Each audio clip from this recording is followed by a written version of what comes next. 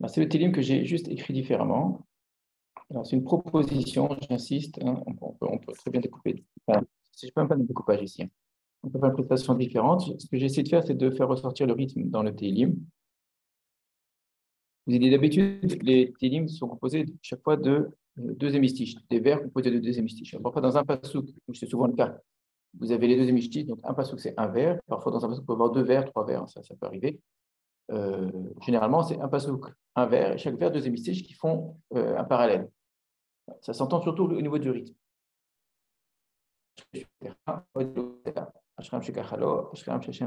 D'accord? C'est souvent, on reconnaît au rythme.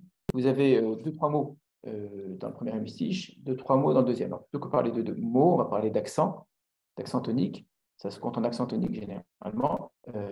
C'est comme ça que vous allez comprendre à quoi sert le fameux petit trait qu'on a dans le chumash, entre deux mots parfois. Le petit trait, il ne sert pas à rien. Quand vous avez par exemple, prenez au tout début du télim, là, trait.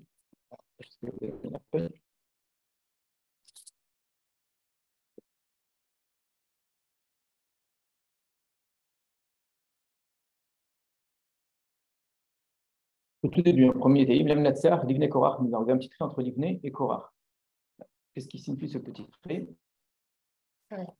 Vous arrêtez? Certainement pas, entre Livne et Korach.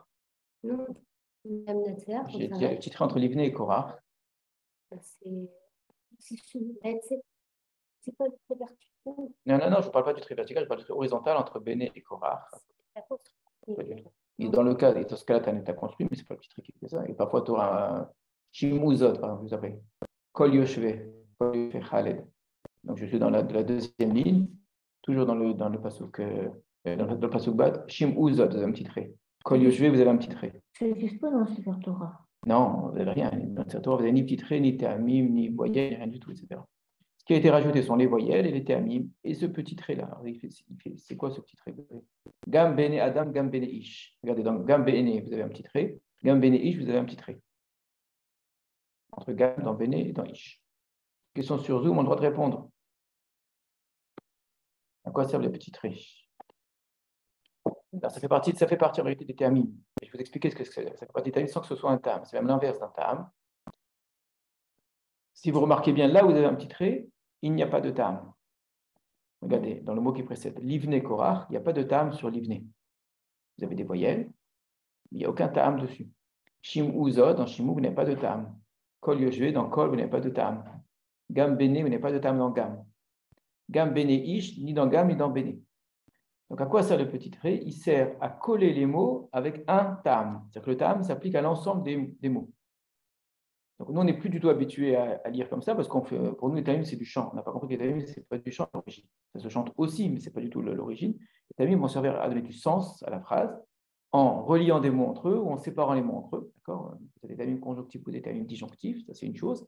Et à marquer l'accent tonique. Donc le tam, normalement, je dis bien, il y a un cas particulier, se trouve à l'endroit de l'accent tonique. Donc quand on dit l'amnatsear, même si je ne chante pas le tam de l'amnatsear, c'est l'amnatsear, et pas l'amnatsear ni l'amnatsear. On ne va pas rentrer là-dedans, mais c'est une remarque. Donc c'est l'accent tonique. Quand j'ai livne korach, il faut que ce soit lu comme un seul accent. Livne korach. Entrez. D'accord? Livne korach, le tam il est sur le ko, mais il s'applique à livne korach en même temps. D'accord? C'est un seul tam. Shimuzot, c'est un seul tam. C'est comme si c'était un seul mot, en fait. Ce n'est pas un seul mot, parce qu'au niveau du sens, ce n'est pas un seul mot, c'est shimuzot. Écoutez cela. Mais au niveau du chant, au niveau du rythme, au niveau de la façon de parler, ça se lit comme un seul. Donc ça, c'est une première remarque qu'il faut faire. Donc si je dois compter les accents toniques, et donc au niveau du rythme, c'est les accents toniques qu'il faut compter, pas les mots, je vais avoir l'amnatseah, livne korach, mizmor, 3. En vérité, ça ne fait pas vraiment partie du télim. Il commence juste après. Shimuzot kolamim, ça vous fait 2 accents seulement, bien qu'il y ait 4 mots. Shimuzot kolamim. Ha'azinu kol yoshve khaled. 2, 3. Si je tape, ça fait.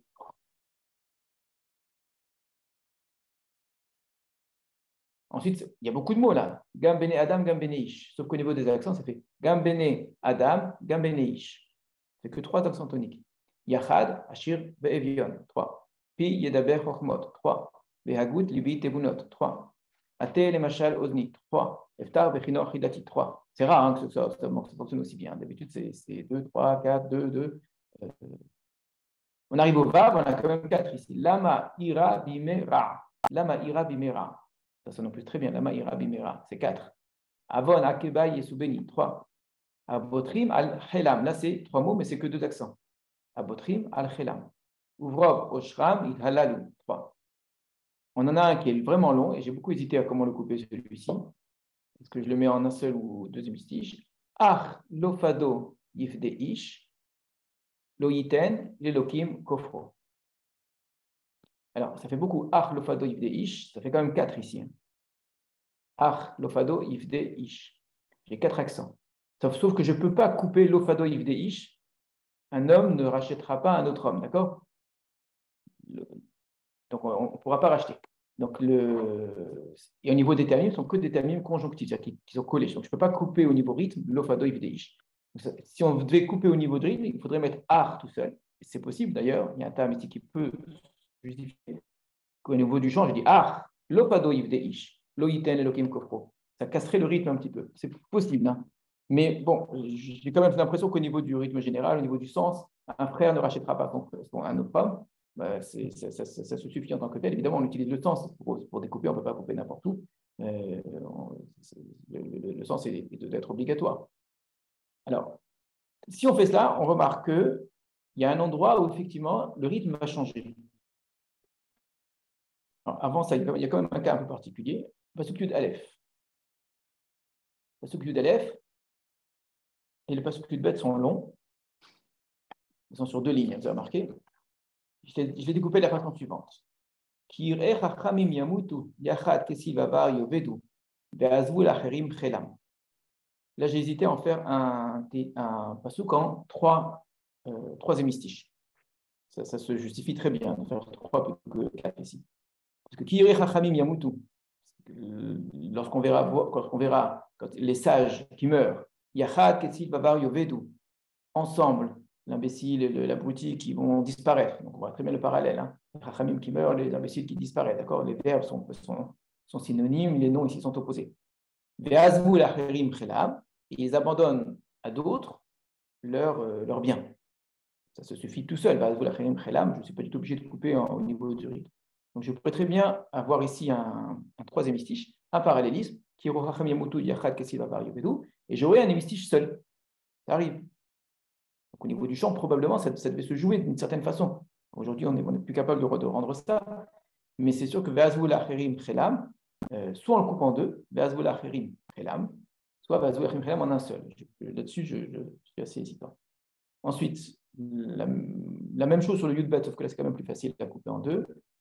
Oui, c'est aussi 3 morceaux en vérité. Kirbam batemo leolam, mishkenotam et dor. Ça, c'est un vrai parallélisme. Leur maison à l'intérieur d'eux pour toujours, leur demeure de génération en génération. On très bien le parallèle au niveau des synonymes.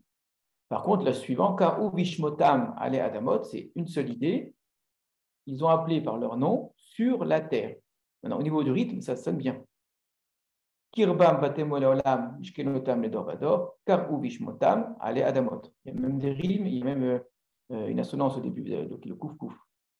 Ensuite, là où vraiment, cette fois-ci, je n'ai pas eu le choix de. Quand je pouvais, j'essaie de garder en 2-2. Quitte à dire prendre un mystichel et le couper en 2, mais j'admets qu'on puisse le reprendre. Là où, par contre, ça me paraît quasiment impossible, c'est à partir du pasuk Tedvav.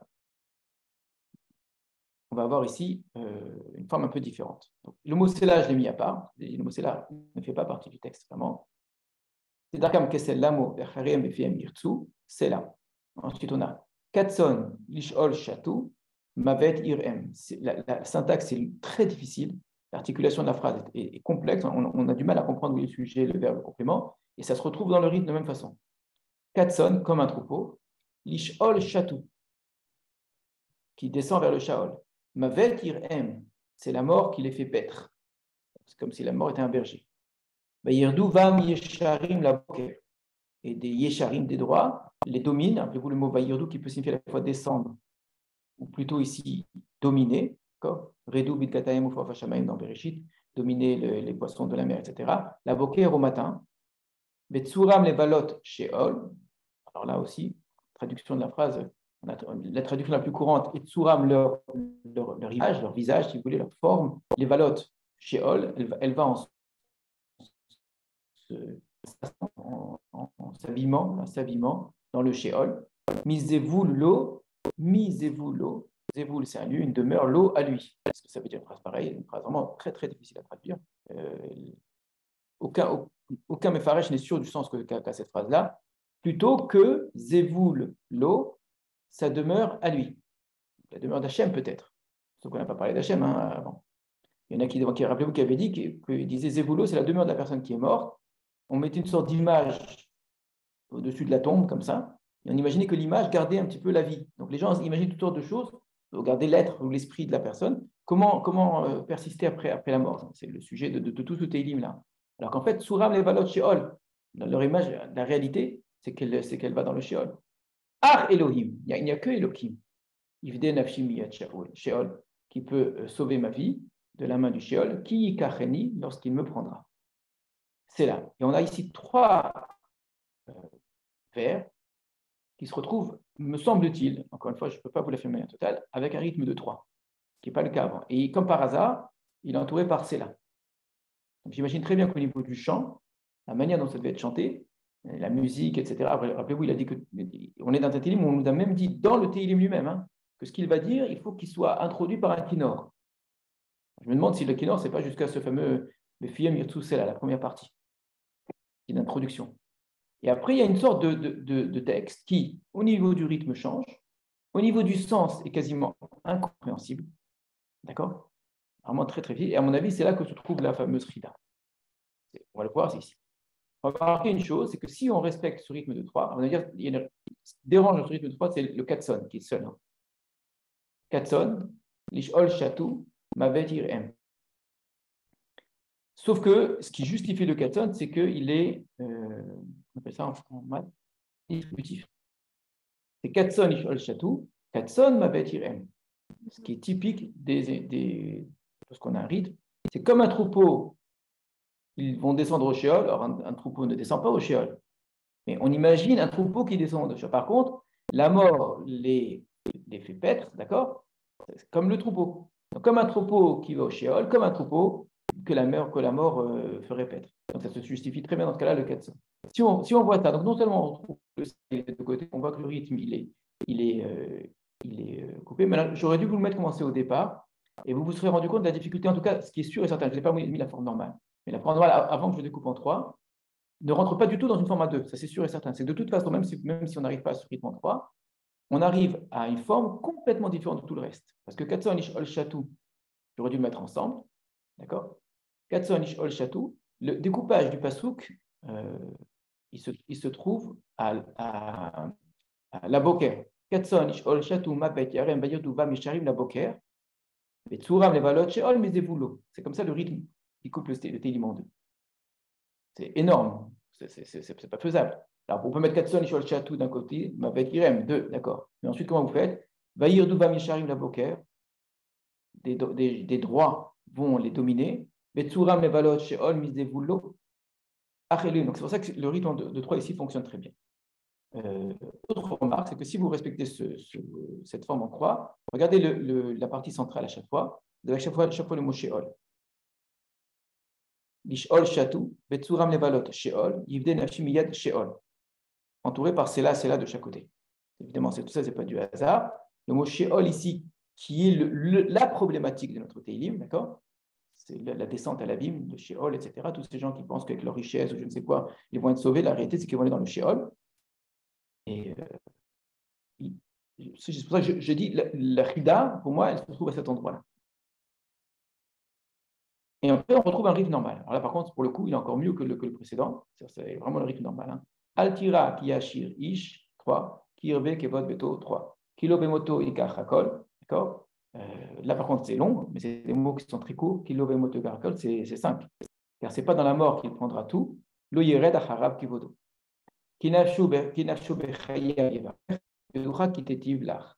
Tavod, Tavad, Netzach, Or, etc. Dambika, Valevin, Nimshal, Kebemot, Dinon. On n'avait pas traduit cette dernière partie, on va le faire. Donc, La première remarque, une remarque au niveau, même pas stylistique, hein, on a parlé probablement du rythme. Je répète, c'est une proposition que je fais. Il y a des choses qui sont pures, hein, là, au niveau du rythme à deux, en général, il fonctionne bien, sauf peut-être les psukim qui sont des psukim longs. Yud Aleph, Yud Bet, peut-être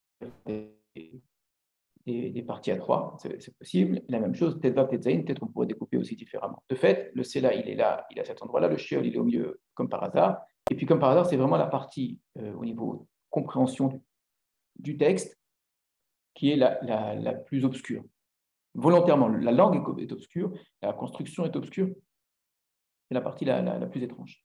Et si on coupe pas en trois, alors si on coupe en trois, ça me permet d'avoir un rythme quand même. Je fais tintin, tintin, tintin, tintin. Après, je vais avoir tintin, tintin, tintin, tintin, tintin, tintin. D'accord? Donc, ça se chanterait probablement très différemment. Mais si vous ne faites pas ça, de toute façon, vous serez obligé de faire quelque chose de très bizarre. C'est sûr qu'on va, d'une manière ou d'une autre, le rythme ne sera pas respecté. Voilà, alors on étudie rarement Télim comme ça, pourtant il faudrait faire dans chaque Télim a son rythme, a son style, a son, quand je dis des poésies dans Tanakh. C'est pas fait pour faire joli, c'est pas ça l'idée. Je vais vous montrer un petit pour voir ce que ça donne, parce que c'est pas tout à fait. Ça donne même une image du Télim, vous allez voir. Chaque Télim a en réalité une forme différente. Quand on met en chaque poème. Évidemment, on observe une symétrie, c'est normal parce qu'on coupe en deux, donc ça fait des symétries, ou en trois. Et là, je ne sais pas si vous arrivez à observer, si vous voyez encore quelque chose sur le zoom. Donc, simplement on l'observe, ça vous donne vraiment une image un peu particulière de ce télim. On sent qu'il se passe quelque chose comme ça. Ce n'est pas la partie centrale, on n'a pas ici le moitié-moitié, d'accord. J'ai cherché dans la première partie, s'il n'y a pas moitié-moitié, comme ça, je n'ai pas trouvé de choses particulièrement intéressantes, peut-être. Là, on a une forme différente de notre télim.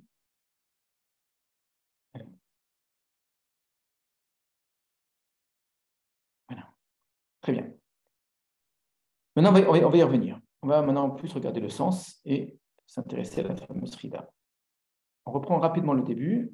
Je répète que ça fait partie des télim connus pour être très difficiles dans ces télim parce que la traduction elle-même n'a rien de sûr. La traduction différente vraiment d'un commentaire à l'autre, puisque les mots peuvent prêter à confusion. Parfois, il y a des mots qui sont même, on se demande bien ce qu'ils peuvent signifier. Ou même quand on arrive à traduire, parfois, on ne sait pas quelle est l'idée que ça représente. Alors, ça fait partie des télim de Bnei Korach. On est dans l'ensemble des Bnei Korach. Et on dit la chose suivante. Écoutez, donc, Shivuzot Kolamim, écoutez cela tous les peuples. Azinu Koleshve Khaled, prêtez l'oreille, tous les habitants de Khaled. D'où vient cette expression que je vous avais dit, Shimua Azinu? La terre, oui. D'où vient l'expression Shimua Azinu en synonyme? Shimou de la Shira.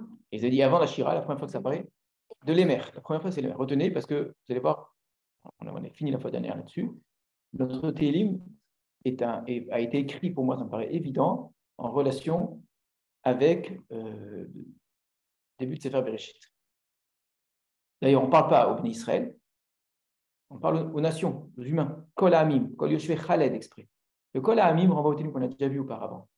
Donc le fait d'entendre Kol Ha'amim, au contraire, ça nous renvoie à ce qu'on a déjà entendu, où tous les peuples sont appelés à reconnaître Hachem, à venir à Yerushalayim, à reconnaître le roi. D'accord. Donc le fait de dire Kol Ha'amim, ça ne nous met pas encore dans l'idée d'un Télim universel. Quand on a utilisé cette forme-là, c'était universel, mais pour dire un universel qui vient vers Hachem, ou qui vient vers Yerushalayim. Or ici, c'est justement pas ça qu'on veut dire, rien à voir avec ça. Là, on parle au peuple pour une idée qui appartient aux nations, qui n'a rien à voir avec l'âme Israël. Et donc, c'est important le Kol Yoshvei Khaled, parce qu'il montre bien que quand je parle au peuple, c'est en tant qu'être humain, c'est tout. Habitant du Khaled. Mais dans la terre, ça peut être même les animaux. Gam bene Adam, gam bene Ish, j'insiste. Les fils de l'humain, les fils de l'homme. Yachad, Asher Vevion, ensemble, riche et pauvre. Donc, mon télim va s'adresser à tout être humain, quelle que soit son origine, sa condition. Ma bouche va parler de sagesse. Je vais méditer, mon cœur va méditer des choses intelligentes. Atele machel ozni. Je vais tendre mon oreille à la parabole, à l'allégorie. Eftar bechinor chitati. Je vais ouvrir et introduire avec un kinor, avec un Violon. Aujourd'hui, on dit violon, à l'époque, c'est pas vraiment un violon, peu importe, une harpe, en tout cas, c'est un instrument à cordes, ridati, mon énigme. Alors, remarquez bien, on avait dit il parle, il pense, mais aussi il écoute. Ça veut dire que ce que je vais dire va posséder des choses qui viennent de moi, mais va posséder des choses qui ne viennent pas de moi et auxquelles j'ai prêté l'oreille. Qu'est-ce qui vient de moi? La sagesse, la bouche, ce qui va parler. Qu'est-ce qui vient de moi? Les idées. Qu'est-ce qui ne vient pas de moi? Le machal. Donc, il existe un machal dans ce texte-là que je vais dire, une parabole. Je vais utiliser une parabole. Cette parabole, ce n'est pas la mienne. Le fait de ramener cette parabole et d'en parler et de dire ce que je vais dire, c'est ma chorma, c'est ma sagesse que je vais essayer de développer. D'accord? Ça vient de moi, ça. D'accord? Qu'est-ce que je vais dire de cette parabole-là? Mais ce n'est pas moi qui l'ai inventé, cette parabole. Il va falloir chercher, elle est où la parabole, elle est où l'allégorie dans cette histoire? De la même manière, je vais commencer avec un kinor machida.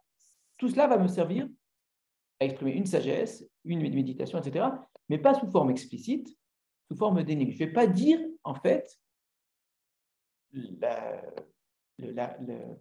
comment dire ça, l'idée essentielle que je vais enseigner.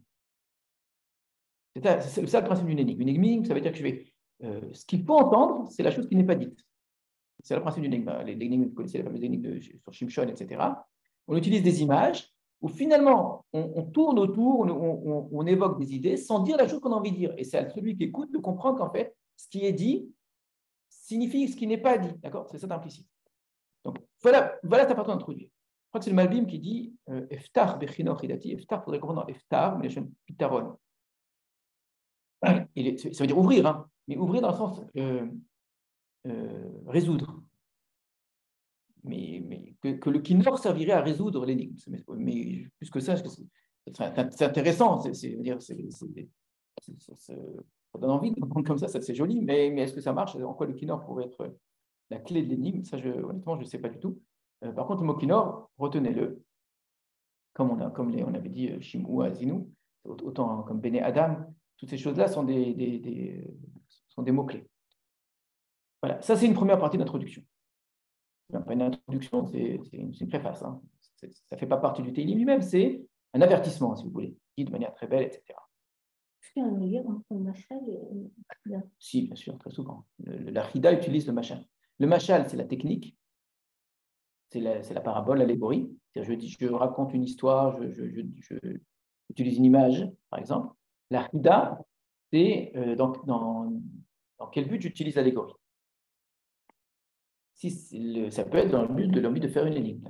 Chida et machal vont très souvent ensemble, d'ailleurs ici, ils fonctionnent de manière parallèle. Les prophéties aussi, vous avez dit que... Oui, exactement. Machal et Chida, on trouve très souvent. Lama ira bimera. Donc c'est là que ça commence. Pourquoi est-ce que je craindrai au jour du mal, au jour du malheur? Avon akeva yesu béni, on l'a expliqué nous comme question-réponse, alors que le texte se comprend pas nécessairement comme ça. Réponse, parce que la faute de mes talons m'entoure. La raison d'avoir peur au moment du moment du danger, quoi, c'est parce que j'ai des fautes. Autrement, je n'ai pas de raison d'avoir peur. Et c'est façon de dire, c'est la seule chose qui est une bonne raison. Les Chachamim vont dire Avon Akevai, la faute de mes talons. Pourquoi des talons? Alors, le pshat, c'est ce que mes pieds ont laissé comme trace, c'est tout ce que j'ai traîné derrière moi. Là où j'ai marché, j'ai laissé des fautes. Donc, ces traces-là laissent autant de fautes au jour du malheur. Il dit regarde, tu dis qu'il y a des malheurs, mais tu as laissé comme saleté derrière toi. Ramasse tout ça et tu verras que tu as des bonnes raisons d'avoir peur. Les Chachamim disent Avon Akevai, les fautes que l'on piétine avec les pieds. C'est quoi les fautes qu'on piétine avec les pieds? C'est le même midrash sur Ekev Tishmo. Vous voyez, Ekev Tishmo, si vous écoutez, alors il y aura tous les bonheurs, etc. dans chaque kitabo qui annonce les bénédictions. On dit, pour dire si, on dit Ekev, ce qui est bizarre. Bon, ce n'est pas dans le sens talon comme ici. Et c'est lié, comme par hasard, à la même idée qui est, cette fois-ci, le respect des mitzvot. Et la même chose, qu'on va dire, c'est qu'il y a des mitzvot qui sont Ekev, qui sont au talon. C'est-à-dire quoi? Que les gens piétinent. Ils ne font pas attention, ils disent, c'est une méthode sans importance. Donc, ils les négligent. Les méthodes qu'on néglige, on dit, c'est au contraire, si tu fais attention aux méthodes que tu négliges, tu verras qu'au contraire, tu ne négliges pas les méthodes. Là, c'est l'inverse, c'est la vérote qu'on néglige. Il y a des vérotes auxquelles on ne fait jamais attention. Il y a toutes les vérotes de la parole, la shonara, le mensonge, etc. C'est des petites choses, d'accord? Eh bien, les Chachamim disent, au jour du malheur, ce sont toutes ces petites fautes auxquelles tu ne fais pas attention. C'est comme il y a des petites traces. C'est pas très, tu n'as rien détruit, c'est pas juste que tu as cassé. Bon, là où tu as marché, c'est pas très propre, d'accord? Tu as laissé des saletés. Tu sais, ben, amoncelle tout ça, et au jour du malheur, tu vas voir comment c'est ça qui va au contraire te faire peur. Les fautes négligées. Les petites choses, voilà, il y a des choses auxquelles on fait très attention, d'accord? On va pas aller voler quelqu'un, on va pas le tuer, on va pas. D'accord? Et puis il y a des choses auxquelles personne ne fait très attention. Comme le Shabbat aussi, quand on fait ses affaires le jour du Shabbat. Voilà, un petit peu, exactement ça. Le fait de parler Shabbat, des choses qui ne sont pas du Shabbat, c'est pas une mélacha, etc. Et pourtant, là, on va dire, si tu fais ça, tu verras comment ta lumière, c'est Ishaïa qui dit ça, ta lumière va poindre, etc. Tout ça, parce que c'est quelque chose d'extraordinaire. Alors, Abotrim al-Chelam, par contre, ceux qui ont confiance sur leur chel, le mot qu'on va revoir plusieurs fois, on traduit ici par les biens, chel, ça va être l'armée, hein, la force aussi également, c'est ce qu'on possède, c'est plutôt ici les biens, parce que c'est la parallèle avec Osher, et le grand nombre de leurs richesses, Italalou, ils se louent, d'accord? Eux, ils ont confiance en ça, mais regardez, il manque des mots. Hein. Alors quoi, eux? Réponse, il ne finit même pas la phrase. Ah, le fado ish, mais un frère, en vérité, ne rachètera jamais un autre. Loïten Elohim Kopro, il ne donnera pas à Dieu sa caution, son rachat, exactement. Il ne peut pas racheter. Le rachat avec un T à la fin, le verbe racheter. Kofer. Donc, on ne peut pas doivde, c'est racheter, et kofer, c'est une sorte d'expiation. Ça vient de Parashat Mishpatim, que quelqu'un qui doit être mis à mort, l'otikrou kofer. On ne peut pas prendre de kofer. Quelqu'un qui doit mourir, il doit mourir. On ne peut pas racheter quelqu'un avec de l'argent sous prétexte qu'il a payé une caution, donc il n'aurait pas la sanction. Donc ceux qui comptent sur leur argent, sur leurs biens, etc., ça ne sert à rien. De toute façon, ils ne pourront racheter personne et ils ne donneront pas à Dieu. Et Yekar Pidyon Nafsham, même la valeur, Yekar, la richesse, Pidyon Nafsham, la cherté, on pourrait dire, du rachat de leur propre personne. Donc leurs frères, ils ne peuvent pas racheter même leur propre personne. Bechadal Leolam. Ce sera pour toujours insuffisant. Regardez comment ici, le fait que jusqu'à présent, le découpage en deux, il est indépendant de moi. C'est-à-dire le découpage en deux, il fonctionne très bien. Ce sont des psukim courts. Regardez à chaque fois, à chaque moitié, Bet, Gimel, Delet, Amim, Beneish, Chochmot, vous avez un terme particulier en dessous qui est le Atnar. Le Atnar, c'est le découpage en deux simple. Donc c'est ce découpage en deux, il s'impose par les termines. Par contre, au pasuk tête, Vayekar Pidyon Nafsham, je ne sais pas ce Atnar là. Bechadal Leolam. D'accord? Je suis quand même obligé de couper. Ça donne un verset beaucoup plus court. Mais le tam ou sur nafsham, c'est aussi un tam mafsi qui arrête, qui permet comme de découper en deux. Ensuite, viri od la netza. C'est Bechadal Leoda, tu ne cesseras jamais. Donc, tu pourras vouloir augmenter l'argent. De toute façon, ça finira jamais. Viri od la netza. Et même s'il devait vivre pour toujours, l'eau irait à shachat sans jamais voir le shachat. Shachat, c'est un synonyme de. Alors voilà, ça fait partie des traductions possibles. Je sais très bien. Si tu dis qu'il vivra à l'intérieur, évidemment que l'eau irait à shachat. Je préfère le dire dans le conditionnel. Et même s'il devait vivre à l'Netzach, l'eau irait à shachat sans jamais voir le shachat, d'accord? Quand il verra les sages, il verra bien que quoi? Yamutu, il meurt, tout le monde meurt. Yachad, en même temps que qui? Que Kessi Vabar Yovedou. À nouveau, j'ai découpé en Ikir Yamutu comme il était découpé dans Nafsha. Yachad Kessi Vabar Yovedou, ensemble, Kessi Vabar. Mais là, au niveau du sens, le rythme en deux, parce qu'on en a clairement deux avec les parallèles et les synonymes. Kireh Chachamim Yamutu, Yachad Kessi Vabar Yovedou. Quand il verrait les sages en train de mourir, ensemble, l'imbécile et la boutique, ils disparaissent. Là où, par contre, ça reste très hésitant, Ve'azvu la achirim chela. Et c'est à d'autres qu'ils abandonnent bien. Le chel, on en avait parlé au début, mais il finit dans la main des autres. Ça, c'est vraiment un motif, un thème qui vient, on retrouve, il n'y a pas nécessairement, ça peut être dans quel sens ça a été écrit, qu'on retrouve vraiment, c'est un des grands motifs de Sefer Kohelet, où Kohelet, il a tout essayé, il a eu les richesses, etc. Il dit, mais tout ça, ça ne sert à rien, Hevel, Avalim, tout n'est que vanité. Et il va revenir plusieurs fois sur cette idée, et de toute façon, c'est d'autres qui vont le prendre, en rajoutant, et ces autres-là, d'ailleurs, on ne sait même pas ce qu'ils valent, est-ce que vraiment, tu es dur ma vie, je me suis fatigué pour gagner de l'argent, pour que finalement d'autres vivent avec cet argent-là, et ces gens-là, si ça se trouve, ne méritent pas.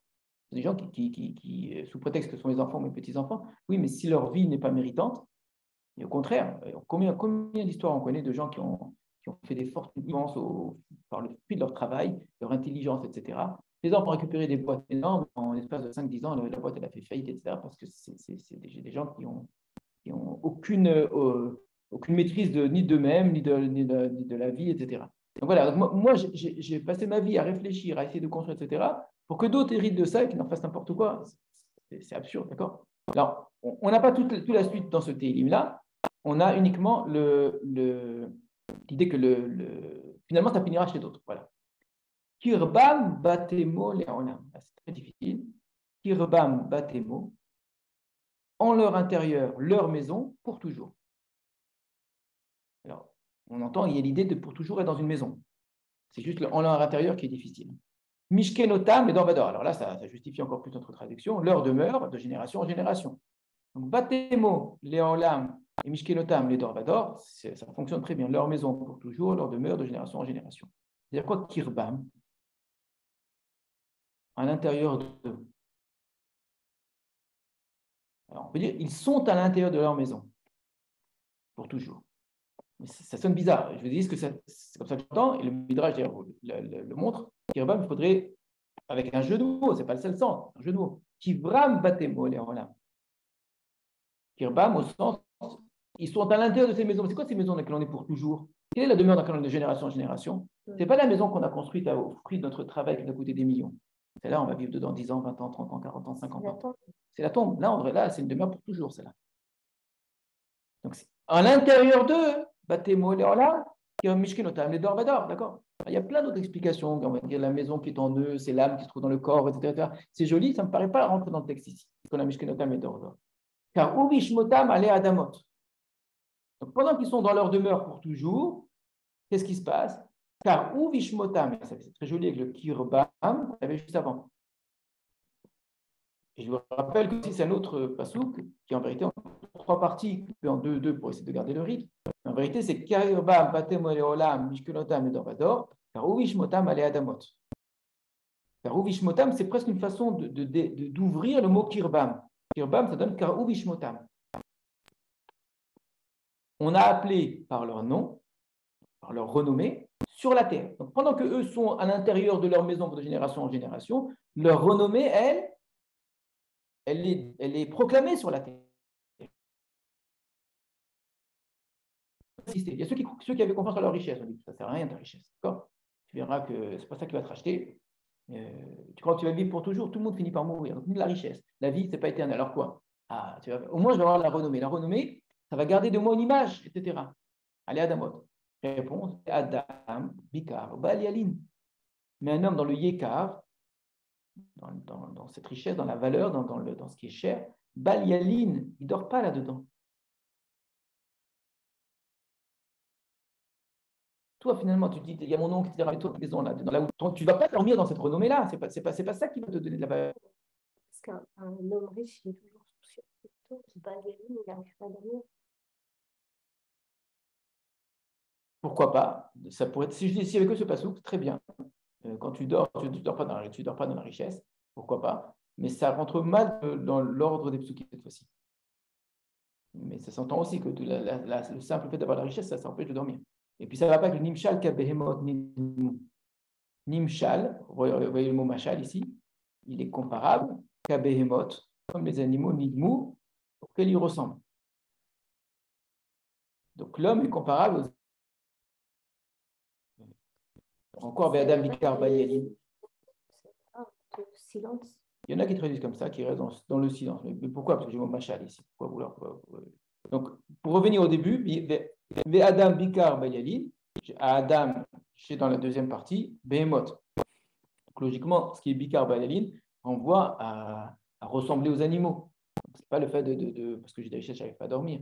C'est plus que l'animal, quand il dort et qui meurt, d'accord, et qui disparaît, dans dans le sens de silence, c'est plus dans le domaine, c'est-à-dire qu'ils finissent sans. Ils périssent, quoi. C'est pas dans des richesses. Donc l'homme, il a accumulé des richesses, mais quand il meurt, il meurt comme un chien. Il n'y a aucune différence entre lui et un chien qui meurt. Le fait d'avoir accumulé des richesses ou d'avoir accumulé de l'honneur, ça ne change pas ta façon de mourir et ta façon de périr. Dedarkam Keselam. Voilà leur chemin, et là ça ressemble à une fin, effectivement. Oui. Si un homme dans sa richesse ne dort pas, il est comparé. C'est pas dans la richesse que tu dors. Tu es comme un animal. L'animal, il ne dort pas dans sa richesse. Parce que c'est un animal, il n'a pas de richesse, il dort. Et je pense que dormir, ça veut dire mourir, en fait. Mais même dormir, ça veut dire, c'est pas ça qui fait de toi. Le yéka va pas te changer ta personne, qui est le thème depuis le départ. Chemin. C'est quoi tout ce que je viens de dire auparavant?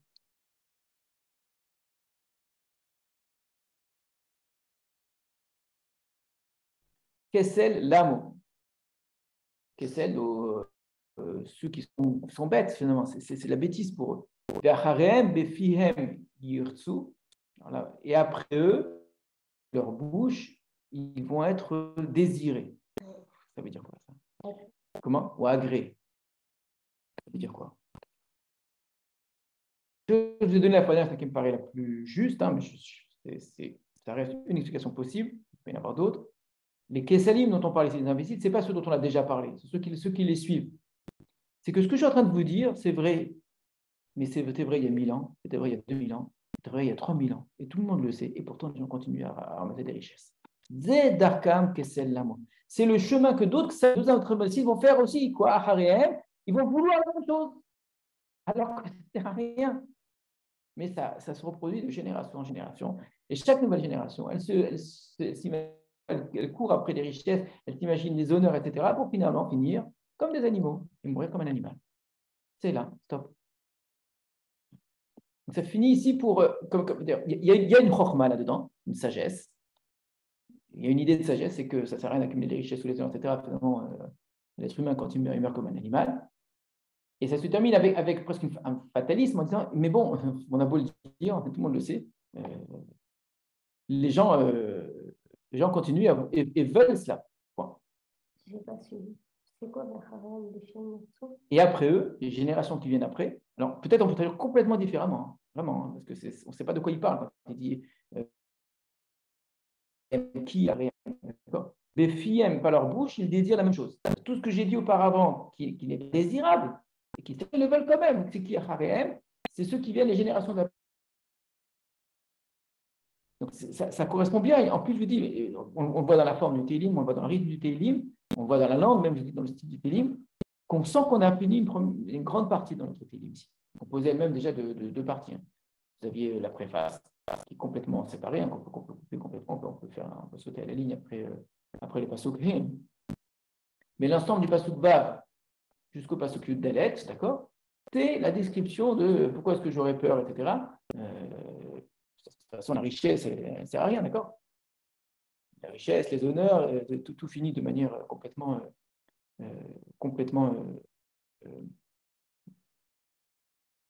animale. Il n'y a plus rien qui tient. Si on ne tient pas compte du rythme et de la forme, etc., vous verrez que beaucoup lisent la suite des psukim dans la même idée. Ils sont en train de dire on va mourir, on est comme les animaux, etc. Et donc,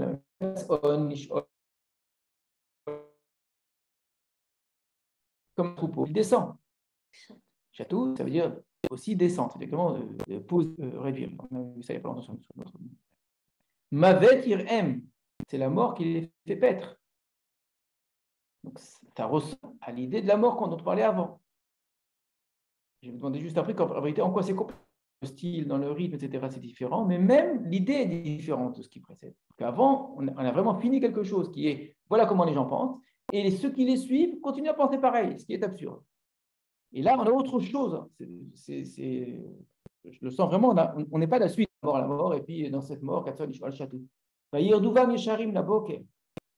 les Yesharim, ceux qui sont droits, ce qui est très mystérieux, les dominent au matin. Vetsuram les valot Sheol, et leur forme, leur visage s'abîme dans l'abîme, s'abîme dans le Sheol, ça ne marche pas, se détruit dans le Sheol. Les valotes, c'est quelque chose qui s'use, qui finit par ne plus exister, se décompose, aujourd'hui on dirait se dégrade. Voilà, exactement. Se dégrade, la chose qui se dégrade petit à petit, là, ça se dégrade dans le Sheol. Misez-vous l'eau. Vraiment, ça c'est très très difficile. Misez-vous l'eau. Zévoul, c'est un lieu, d'accord. Zévoul, l'eau, c'est son lieu à lui. Mais ça veut dire quoi? Le même ici, de son Zévoul. depuis son zéboul, à l'intérieur de son zéboul, c'est encore la tombe, j'ai dit, ou bien c'est certains vont dire le lieu d'Hachem, sauf qu'on n'a pas parlé d'Hachem, plutôt que dans le zéboul d'Hachem, même ici. L'idée, c'est dans le Sheol, on va vers la Bible, et puis on est comme un troupeau qui descend, on a la mort qui fait paître, la mort comme berger, on a des Yesharim qui dominent. Alors normalement, le berger, il amène le troupeau à la vie, il amène vers l'eau, il amène vers le pâturage, et là, le troupeau, et nous, comme des imbéciles, on suit. On est un troupeau qui suivant ce berger-là, alors qu'il nous amène à la mort. Ar Elohim. Voilà, première fois qu'il a parlé. Il n'y a que Dieu, Yivde Nafshi, première personne, première fois aussi. Il fallait remonter tout à l'heure quand il disait mon cœur va méditer. Il ne dit pas Yivde Nefesh. Je peux dire, en parlant toujours de manière troisième personne. Il n'y a que Dieu qui est podé. Vous avez vu tout à l'heure la notion de rachat, d'argent, ça ne rachète pas. Le seul qui rachète, ce n'est que Dieu qui rachète. Miyad Sheol, de la main du Sheol. Qui yikacheni lorsqu'il me prendra. Première personne encore. Comment ça se fait qu'on n'était pas, il fait des nefesh miyad Sheol, qui yikachea. D'accord?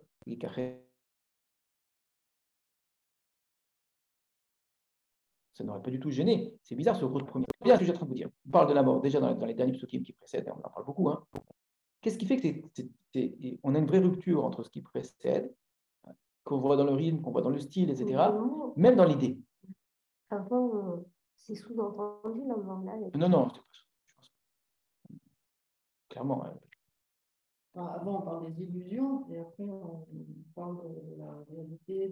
Les illusions, c'était plus haut encore. Mais quand on dit Kirbam, Batemo, Elolam, Mishkinotam, Edor, Vador, ils sont dans leur maison pour toujours, alors que sur la terre, on parle déjà de la mort. Et mais vraiment, non, on parle d'illusions. Clairement, c'est c'est juste plus clair. C'est pas une rupture. Mais là, c'est les mots. Alors, on dit les choses de manière plus claire.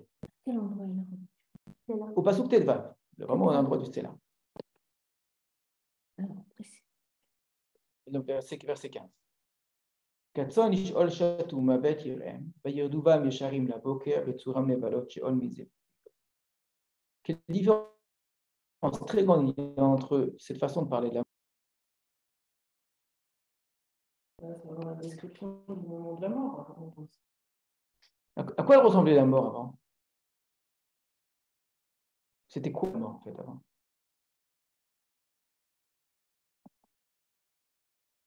C'est masqué en fait. Non, ce n'est pas une description de la mort. Quelle idée se fait de la mort? Mais c'est quoi la mort? Comme les animaux. Ça veut dire quoi comme les animaux? Ça veut dire que qu'est-ce qui se passe au moment de la mort? Très bien. Qu'est-ce qui se passe au moment de la mort? Nimshal, Kabehemot, Nidou. Qu'est-ce qui leur arrive aux animaux une fois qu'ils meurent? Rien. D'accord. Or, quand je dis on descend au Sheol, on a un berger qui nous conduit. Qu'est-ce qu'on dit de la mort ici? Il y a un attachement, il y a un vide pour quelqu'un. Non? Vide. Après, effectivement, mais on prend d'image. C'est très important. Un lien. Quel lien? L'animal qui est mort, c'est tout ça. D'accord. Justement, tout à coup, on vient comme des animaux, mais pas comme des animaux qui meurent. Comme des animaux qui sont en train de faire pétrer. C'est pas les choses. C'est-à-dire qu'il y a un lien, c'est comme chose. Ça veut dire que la mort, elle entraîne un vide chez une personne. Quelqu'un qui perd un proche, ben, il y a le Du proche ici.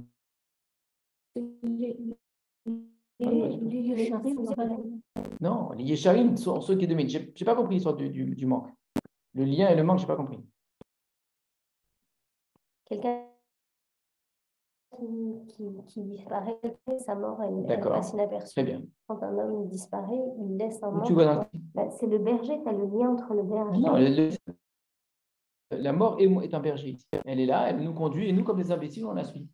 Et on descend comme ça, petit à petit, chatou. On descend doucement sans s'en rendre compte. On est petit à petit, on rentre dans le Sheol. Le Sheol n'est pas que. Pourquoi? Oui, c'est un texte. À l'époque, quand on travaillait Yirduvam Yesharim la Boker, on avait vu qu'il y avait une des explications qui était que ceux qui sont Yesharim, eux, ils ont la possibilité d'en sortir. Mais ça change pas ce que je suis en train de vous dire. Quelle différence énorme il y a entre la mort d'un animal et cette mort-là? C'est qu'il y a une survivance de l'âme. C'est qu'après la mort du corps, il reste quelque chose, qui est une descente au Sheol. On raconte une histoire de la vie après la mort. Et après la mort, c'est des expressions qu'on trouve dans le Tanakh. D'accord? Ce qu'on appelle Sheol, qui serait sous la terre et dans les c'est quelque chose qu'on verra très souvent dans le Tanakh, d'accord, le Sheol. Qu'après la mort, l'âme ne disparaît pas. C'est ça ce qu'on est en train de dire ici. Donc, ça n'est pas comme un animal. Les âmes des animaux vont pas au Sheol. Il n'y a pas la mort qui est leur berger, il n'y a pas des Yisharim qui viennent et qui les dominent. Alors, c'est quoi le Sheol? C'est rien. Mais c'est un lieu, une ancienne, où les âmes allaient une fois qu'elles étaient mortes. Un lieu terrible. C'est l'enfer, c'est l'Élysée, tout ce machin, d'accord? Dans le fromage, il n'y a pas encore ça, ça commence quand c'est Pourquoi il n'y a pas ça dans le Chumash? Mais il y a, comment ce qu'il dit Yaakov, Yagon Shola. Yagon, il va mourir mais dans une tresse au Sheol, d'accord? Ou bien, on trouve plusieurs fois. Le mot Sheol apparaît plusieurs fois. La perte de Yosef serait pour lui. Non, c'est quoi? Le Sheol, c'est le lieu, une sorte de lieu dans lequel alors nous, on dirait les âmes aujourd'hui. À l'époque, on ne parle pas nécessairement d'âmes. Mais, et quand l'histoire de Shmuel avec la nécromancienne, où la nécromancienne fait revenir Shmuel, le fait revenir d'où? Du Sheol, parce qu'il monte de la terre. Donc, c'est un lieu où les êtres, personnes, je ne sais pas comment appeler ça, bon, ça, c'est pas animal. Et moi, je ne comprends pas. Les âmes, elles montent Hachem, elles vont pas dans le Parce que ciel. nous, aujourd'hui, on dit comme ça. C'est intéressant de changer de direction. Très, très, très longtemps. On disait que les âmes ancrées dans la terre. Et que la tombe de trous et que des grottes et on entrait dans les entrailles de la terre. Donc, on y croyait que l'âme qui survit dans toute la tradition juive, elle est congéante. On y croyait. Alors, en tout cas, certains, et qui est utilisé dans plein d'endroits dans le Tanakh. Plein d'endroits dans le Tanakh. D'accord? Cette idée-là que l'âme, après la mort, va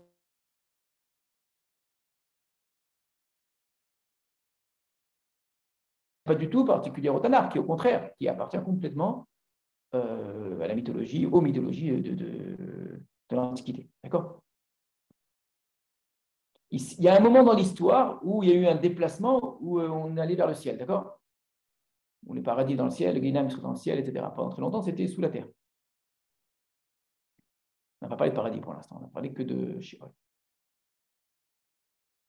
Le mot Sheol, qui est un mot courant, hein, c'est vraiment Sheol. Vous trouvez dans Yov, vous trouvez dans Yona, vous trouvez dans la Torah. Hein,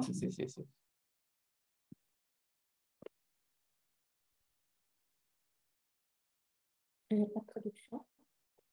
De quoi? De Sheol? Traduit par l'abîme. L'abîme, c'est l'endroit où on s'abîme. Ça va très bien avec les balotes Sheol, vous voyez? Et tout d'un coup, on a Ar Elohim Yifde Nafshi Miyad Sheol. Il n'y a que Elohim qui peut sauver mon âme de la main du Sheol. Ce Sheol vers lequel inexorablement on va tous, d'accord? Il y a le troupeau qui suit. Mais non, c'est pas vrai. Elohim peut me sortir de ça. C'est la résurrection de Dieu. Qui Kachemi? La réponse, c'est quand il me prendra. Quand je serai dans le Sheol et qu'il ira me chercher dans le Sheol avant de partir, d'accord? À mon avis, c'est là l'Achida.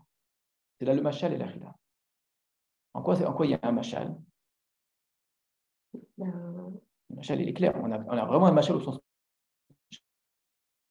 dit une métaphore. On est comme un troupeau qui est que la mort.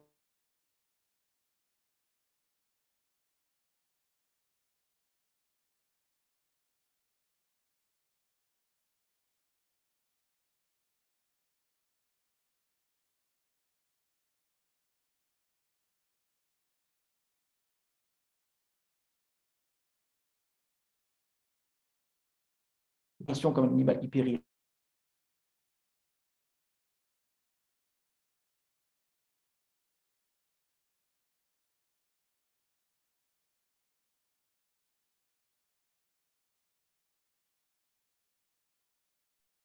Excusez-moi, je ne sais pas depuis quand ça a été coupé. Je suis désolé.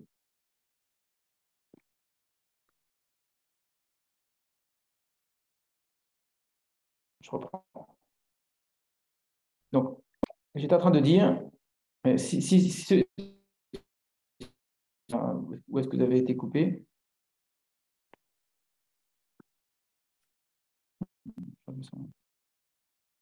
Le Sheol. Alors, on y va. Vous avez été juste coupé depuis quelques secondes, donc c'était Ça pas va. très long. Merci, Ivan. On y va.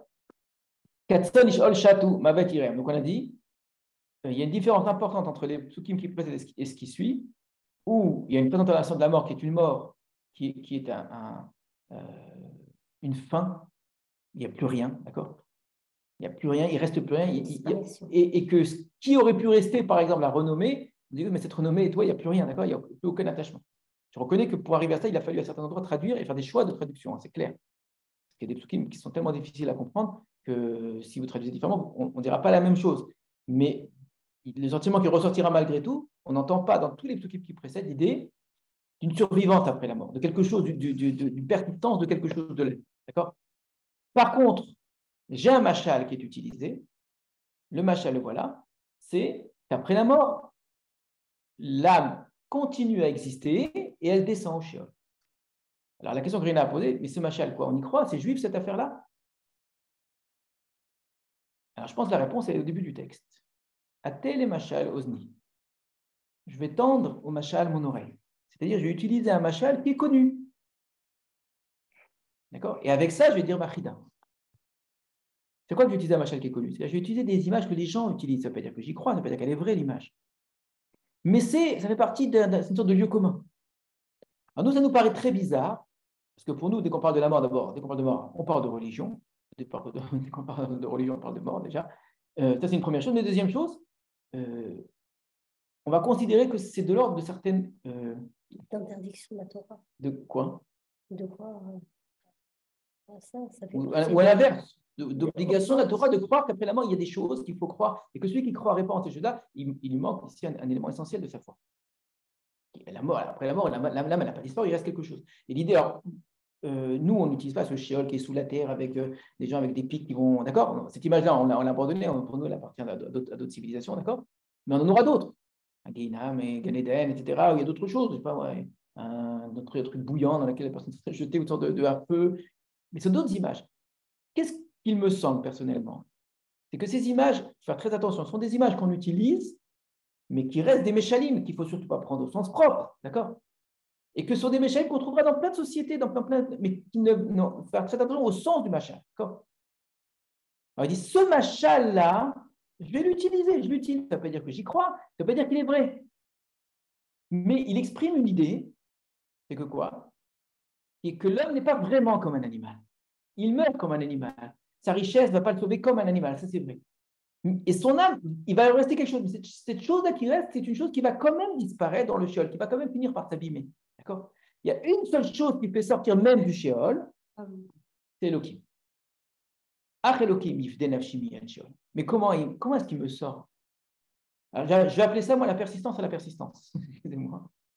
C'est-à-dire l'idée du Sheol, c'est l'idée qu'avec la mort, l'âme n'a pas complètement disparu parce qu'il y aura encore un lieu des âmes, duquel d'ailleurs on pourrait revenir. C'est comme ça qu'on imaginait que les esprits pouvaient revenir ou que quelqu'un pouvait voir quelqu'un dans un rêve, etc. Pourquoi? Mais c'est clairement. C'est écrit dans la Torah. Dis-moi où est-ce que c'est écrit que c'est interdit de croire qu'une âme, après la mort, elle existe encore. C'est ce que croient tous les gens religieux. Revenir aux âmes, c'est interdit. C'est interdit de le faire. C'est interdit de le faire. De faire la faire revenir, après c'est une autre question. Est-ce que c'est vrai ou est-ce que c'est pas vrai? Mais c'est l'histoire de Shmuel qui a écrit que c'est interdit de le faire. L'histoire de Shmuel montre qu'elle l'a fait, au contraire. Je trouve que c'est possible même. À moins que tu interprètes autrement le texte là-bas. C'est écrit dans la Torah que c'est interdit de. Écoute bien, ça veut dire que c'est interdit, ça veut dire que c'est pas possible, c'est interdit d'y croire. La preuve que c'est pas interdit d'y croire, c'est qu'elle a réussi là, avec les commencements. Donc, il faut bien y croire. Sauf si on lit le texte différemment, mais de me dire que dans la Torah, c'est interdit d'y croire, c'est totalement faux. Il y a écrit qu'on n'a pas le droit de le faire, c'est-à-dire qu'on n'a pas le droit de consulter. Et beaucoup vont dire, c'est bien la preuve que c'est vrai. Parce que j'ai pas le droit de les consulter. J'ai pas le droit de faire appel à eux. Si c'est faux, de toute façon, ça ne va rien se passer. Donc tu peux toujours faire, ça ne va rien se passer. Est-ce que je vais te dire, c'est interdit, moi je sais pas, c'est interdit de disparaître. Interdiction de disparaître. Aucun sens. Tu peux m'interdire, de toute façon, je ne suis pas capable de disparaître. Donc, quand on dit tu ne consulteras pas, ça veut dire que si tu consultes, tu vas faire venir les âmes, mais je ne veux pas que tu les fasses venir. Donc, je crois en ça.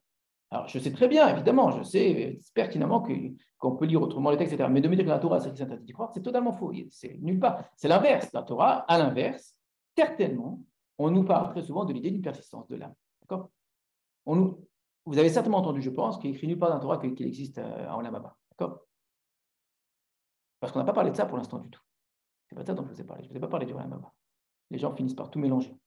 Mais j'ai parlé d'une chose, fais attention au mot que j'utilise, que l'âme n'a pas disparu, c'est tout ce que j'ai dit. Je n'ai pas parlé d'Olam Haba. J'ai dit que l'âme ne disparaît, que quand le corps disparaît, l'âme ne disparaît pas, ce qui fait que l'homme n'est pas comme un animal finalement. Donc avant le Séla, l'homme est comme un animal, il périt comme un animal, il ne reste rien de lui. Après le Sélam, l'homme a quelque chose qui reste de lui. Mais c'est quelque chose de terrible, c'est quelque chose de triste, quelque chose de malheureux. Il n'y a rien de bien qui sort de ça. D'accord, on va vers la mort, etc. Mais encore une fois, c'est un langage qui n'appartient pas à celui qui fait ce télim. Il utilise ce langage-là. Je vais à Télémachal aussi, je tends mon oreille. Qu'est-ce que j'entends? Qu'est-ce que les gens ils disent? Ils disent Katson, Ishol, Chatou, Mavet Yarem, Yodouay Bisharim la Boker, Betsorem la Velot Ishol, mais Zéboulo, d'accord, ils disent ça. Mais moi, qu'est-ce que je dis? Ah, Elokim, Ifde Nafshim Yachol. C'est ça la Chida. La Chida, c'est que même dans le Sheol, où finalement l'âme, peut-être qu'elle persiste, mais elle n'en sortira jamais, et bien Kadéchou peut m'en faire sortir. Bon. Alors, tu as dit, par exemple, ce serait la notion de résurrection. Bon. On pourrait revenir complètement de la mort. Pourquoi pas? Il y a d'autres façons de le comprendre, oui. C'est là. C'est une rida parce qu'il ne dit pas ce qu'il pense. C'est quoi la chose qui peut nous faire sortir du Sheol? En quoi Elohim nous aide? Alors, il utilise des images très riches, très spectaculaires. Le troupeau qui descend, les Yesharim qui sont le matin, l'image qui s'évade, tout ça, pour parler de ce que les gens disent. Il n'utilise aucune image, aucune description pour dire ce que lui pense, par contre. Il n'y a pas de machal de ce que lui pense. Il dit, les gens, ils pensent ça, d'accord, c'est moi qui vous dis, les gens, ils pensent ça. Voilà ce qu'est la mort, d'accord, c'est comme le troupeau, etc., c'est comme, etc. Mais en fait, il y a autre chose. Ah oui, à quoi ça ressemble? Dis-moi. Non, ça, je ne te dis pas. Yvden Hachem Yachol Ikacheni, il aurait pu dire, je ne sais pas, comme Hachem prend, pas comme une colombe qui s'envole, comme, je ne sais pas, peut-être plein d'images. Comme un rayon de soleil. Non. Les images sont utilisées pour le Sheol. 3 fois le mot Sheol est dit au centre. Mais quand Hachem prend, l'idée de prendre, il a pris du Sheol, il a pris du texte. Il a fait sortir du texte même. Et, ah non, là, silence, c'est là. Je ne te raconte pas. Je ne te dis pas à quoi ça ressemble quand Hachem prend. Et donc, on arrive à une conclusion. Conclusion, après sa troisième partie, je ne sais pas descendre en conclusion. Al-Tira qui Ashir Ish. Quand Hachem prend par l'homme, quand Hachem il prend l'âme. Ouais, l'homme, ça change la personne. Et en plus, vous avez vu la première personne, hein, simplement. Al-Tira qui Ashir Ish, qui On revient aux idées du départ. Hein. Ne crains pas quand un homme devient riche, quand l'honneur de sa maison grandit, d'accord? Kilovemoto Ikachakol, quand il ne prendra pas avec lui tout dans la mort. Lo Yered Acharab Kevodo, son honneur ne le suivra pas. On a bien vu là aussi qu'au niveau des idées, au niveau du rythme, on a une nouvelle rupture. On est arrivé à quelque chose de très complexe de la mort pour finalement revenir à une idée qu'on avait déjà dite, que la richesse, on ne l'amène pas avec nous. On l'avait déjà dit, on le dit de manière encore plus simple maintenant. Avant, c'était de manière un peu compliquée. Hein. La langue était compliquée, etc. Là, par contre, c'est très clair. Là, on arrive à un rythme très facile, à une langue très facile. Quand un homme ne craint pas quand un homme devient riche, quand on augmente l'honneur de sa maison, car ce n'est pas dans la mort qu'il doit tout prendre, son honneur ne le suivra pas après lui. C'est un peu plus compliqué à comprendre. Alors, on va déjà bien montrer que au niveau de ce qui est dit, c'est clair qu'on a une nouvelle partie parce qu'on revient à l'idée première. Quelle différence il y a entre cette idée malgré tout et l'idée première, que la richesse, ce n'est pas ça qui sauve un homme? Là, il semble dire la même chose, mais en fait, il ne dit pas la même chose. Il revient sur l'idée que la richesse, ce n'est pas ça qui fait l'homme, d'accord? Mais il dit autre chose. Il change de point de vue. Très bien. Avant, c'est la personne qui s'enrichissait, qui croyait grâce à ça racheter son frère ou se racheter. Là, c'est celui qui va l'observer et qui voit que l'autre est riche. Il dit, ah, regarde comme l'autre est riche et moi, je n'ai pas. Donc, exactement. Là, on ne parle plus du tout à la même personne. On parle à celui qui n'est pas riche et qui voit l'autre s'enrichir. Il dit, mais c'est pas juste. Il s'enrichit et qu'il n'ait pas peur. C'est quoi, il n'a pas peur? Comment que ce riche-là, il abuse, il profite, il écrase, il domine. Et l'autre, il subit. Donc, il craint ce riche. Il dit, mais qu'est-ce que tu as peur de lui? De toute façon, il va mourir. Il va rien rester de lui. Même son honneur ne va pas le suivre. D'accord? Comment tu traduis Kiyerbe Kevalito? Quand augmente l'honneur de sa maison. C'est comme Altira distribué là aussi, qui a Shirish, qui a avec Kevod Veto. D'accord? Donc,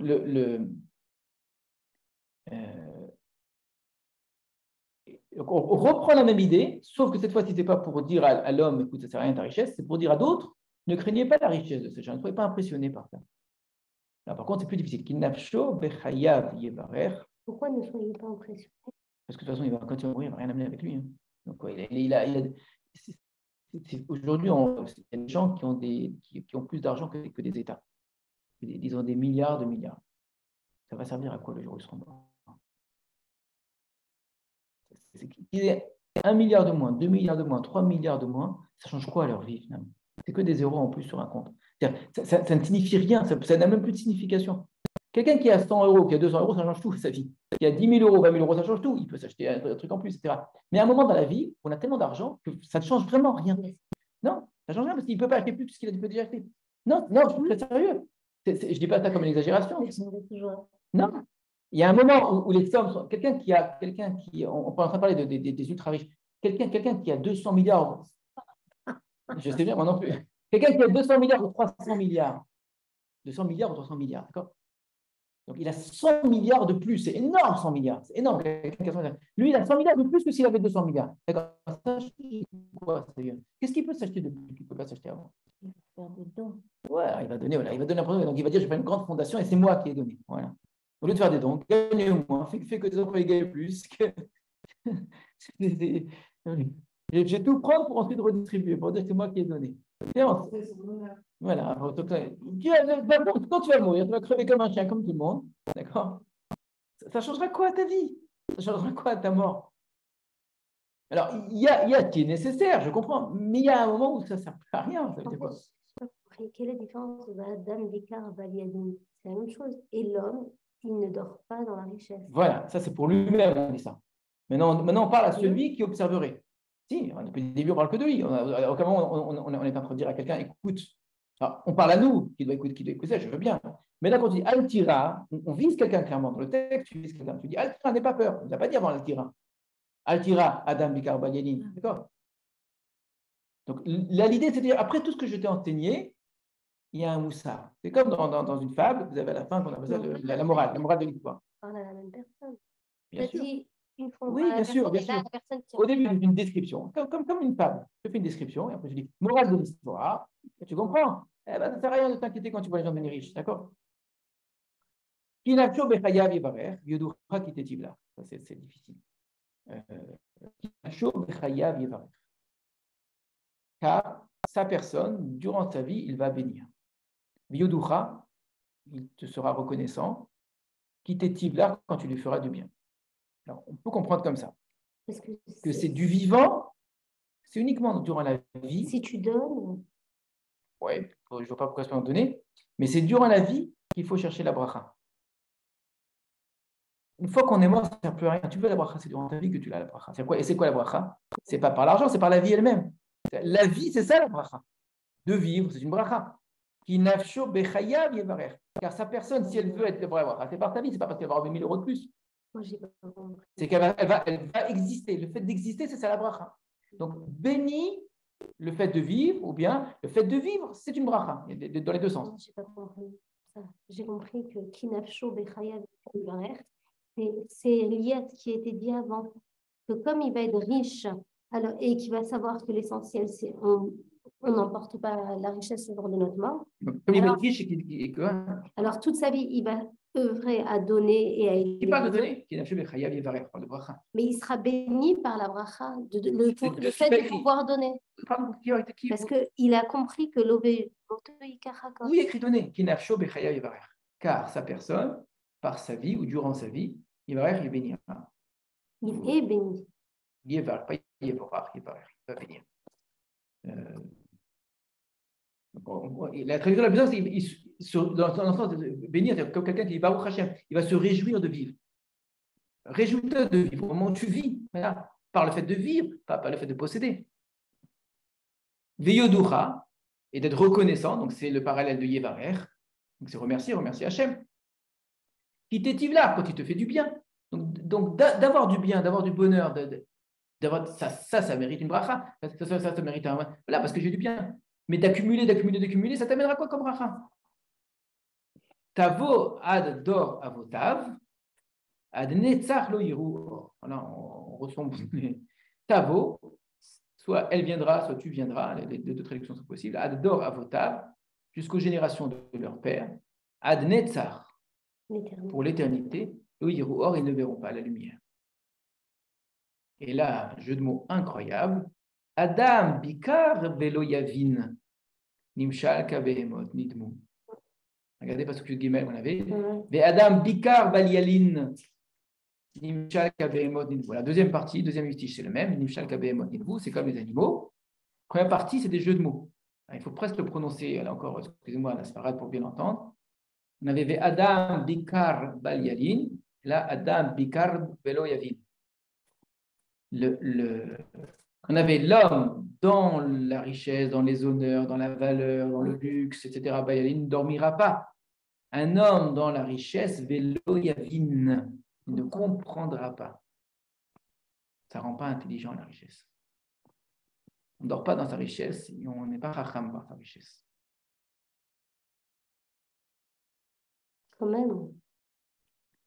Quand même, pourquoi? Grâce à l'intelligence, on peut se payer des cours. Quelqu'un qui parle. Donc, c'est pas. Acheter des livres. Travailler sans côté. On peut avoir des enseignants privés. C'est pas le fait d'accumuler, c'est de l'utiliser, au contraire d'apprendre à la dépenser. Mais il faut croire que c'est parce que j'aurai beaucoup que je serai chacham. Au contraire. Et donc, la ressemblance avec l'animal, cette fois-ci, c'est laquelle? Donc, on finit de la même façon. Et donc, il ressemble à l'animal, mais on n'a pas du tout dit la même chose. Je n'ai pas. Voilà. On est aussi bête qu'une bête. On va faire mieux. Alors, je ne dis pas sous le cas, il est un peu difficile. Tavo ador avotav, adnetzach velo yiru or.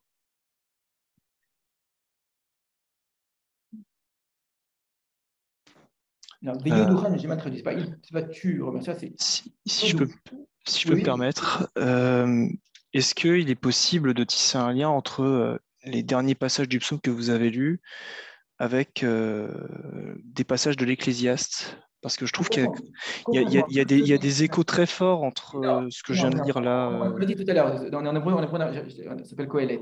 Oui, le Kohelet, c'est ça, oui. Ce texte est vraiment, reprend des motifs de Kohelet de manière très claire. Il reprend dans l'autre sens, hein, c'est peut-être Kohelet qui reprend ici. On retrouve énormément de ressemblances, énormément de différences aussi. Hein, oui, c'est ça. Avec Kohelet, d'accord. Ouais, parce que je vois tout ce que tu es capable de réaliser par tes propres moyens, fais-le, car il n'y a ni activité, ni compte, ni connaissance, ni sagesse dans la tombe vers laquelle tu te diriges. Il y en a plein. Ouais, c'est ça. Jeune, réjouis-toi durant ta jeunesse, d'accord? Ouais.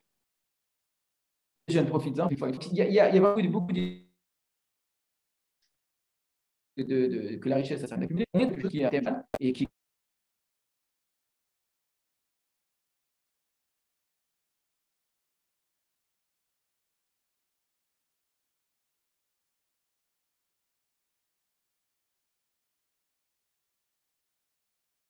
Là, lorsqu'il t'arrivera du bien. Tavo adore avotav. Ce que va finir la personne, c'est l'expression qui vient aussi de la Torah. Quand quelqu'un, on dit il est né Esaf el avotav, il est ramené à ses pères. Il revient vers ses pères. C'est une expression qu'on retrouvera très souvent. Là aussi, comment est-ce qu'on comprend l'expression revenir vers ses pères? Comment quelqu'un qui meurt revient vers ses pères? Vers son origine. Comment? Vers son origine. Comment? Quand on mourra, on revient à l'origine? On fait marche arrière? Non, c'est comme ses pères qui sont morts, il les rejoint. Il ne rejoint pas. Sauf si, encore une fois, on est dans la même image, que sous la terre, il y a un endroit, et on se retrouve en famille. Il retrouve ses pères qui l'attendent là-bas. Donc, on est vraiment dans cette image-là. Elle nous dérange beaucoup, cette image-là. Hein. Je sais bien. Mais j'ai dit cette image qui utilise quelque chose qui est une vraie métaphore de quelque chose qui se retrouverait sous la terre, etc. Et que je vais aller les retrouver. Ils sont là-bas, ils m'attendent. D'accord? Et une fois que je serai en bas, pour l'éternité, je ne verrai plus la lumière. D'accord? Donc l'homme qui ne comprend rien, Bikar le d'accord, qui comprend rien, Nimsha Gabemot Nidou, c'est comme un animal. Il n'a pas fait. Non, en vérité, il ne va pas au Sheol. Bien sûr que non. Ça, c'est le machal. C'est le langage que les gens utilisent. Alors, je te dis, il y a énormément de liens entre ce texte. Maintenant, en sous-entendu, des liens plus subtils cette fois-ci, parce que ce n'est plus des liens d'idées. Les liens d'idées, c'est les idées de Kohelet. Très bien. Il y a des idées très, très subtiles avec le début de Sefer Bereshit. Vraiment. Déjà. Donc, tous les peuples, Yoshvé Khaled, les habitants de Khaled, ça renvoie à la création du monde où tout le monde est d'accord. Qu'un Béné Adam, d'accord, fils de l'homme, c'est évidemment la création du monde.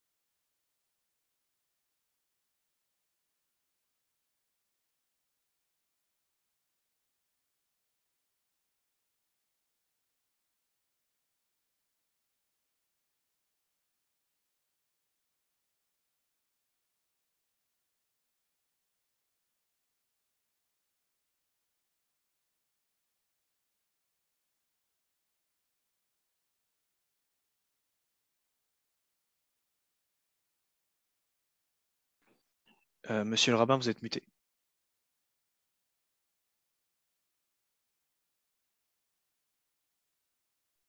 Voilà, je reprends dans l'ordre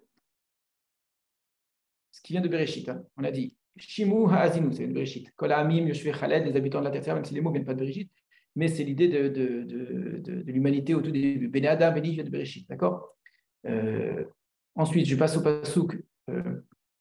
Et alors, il a dit le mot machal, le verbe, on trouve de plusieurs fois dans Bereshit. On retrouve dans la relation Adam et Chava, on retrouve également de Chava par rapport au serpent. Mais c'est intéressant parce que ce n'est pas dans le même sens. Il faut réfléchir à un lien auquel je n'ai pas pensé.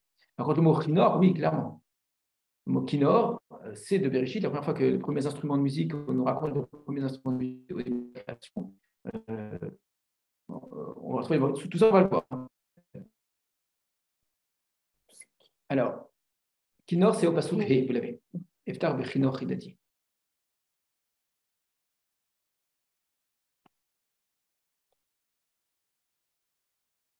Alors, Achlofado Yivde Ish Loiten Elokim Kofro. Un homme ne peut pas racheter son âme. Où est-ce qu'on voit ça dans le Bereshit?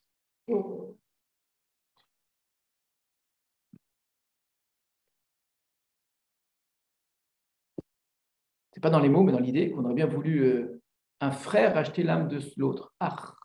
Racheter l'âme. C'est Caïn et Abel. Ensuite, même si on pouvait vivre pour l'éternité, alors là, c'est complètement Bereshit. C'est généalogies où les gens vivent 100 ans, 200 ans, 300 ans, 400 ans, 600 ans, 700 ans, 800 ans. D'accord? Sans voir le shachat, c'est pas possible. Tu vois. Mais il dirait, Akire Chachamim Yamutu. D'accord? Tout le monde finira par dire ça.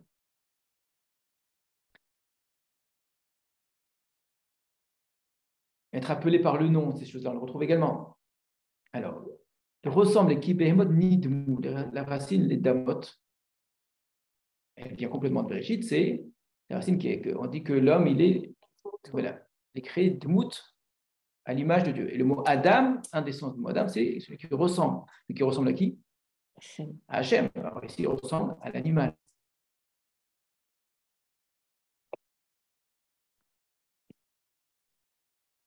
Yirdu, cette forme-là, dominée. Redu Bidgatayam ou Braf Hashamaim, c'est ce que l'homme est censé faire, d'accord?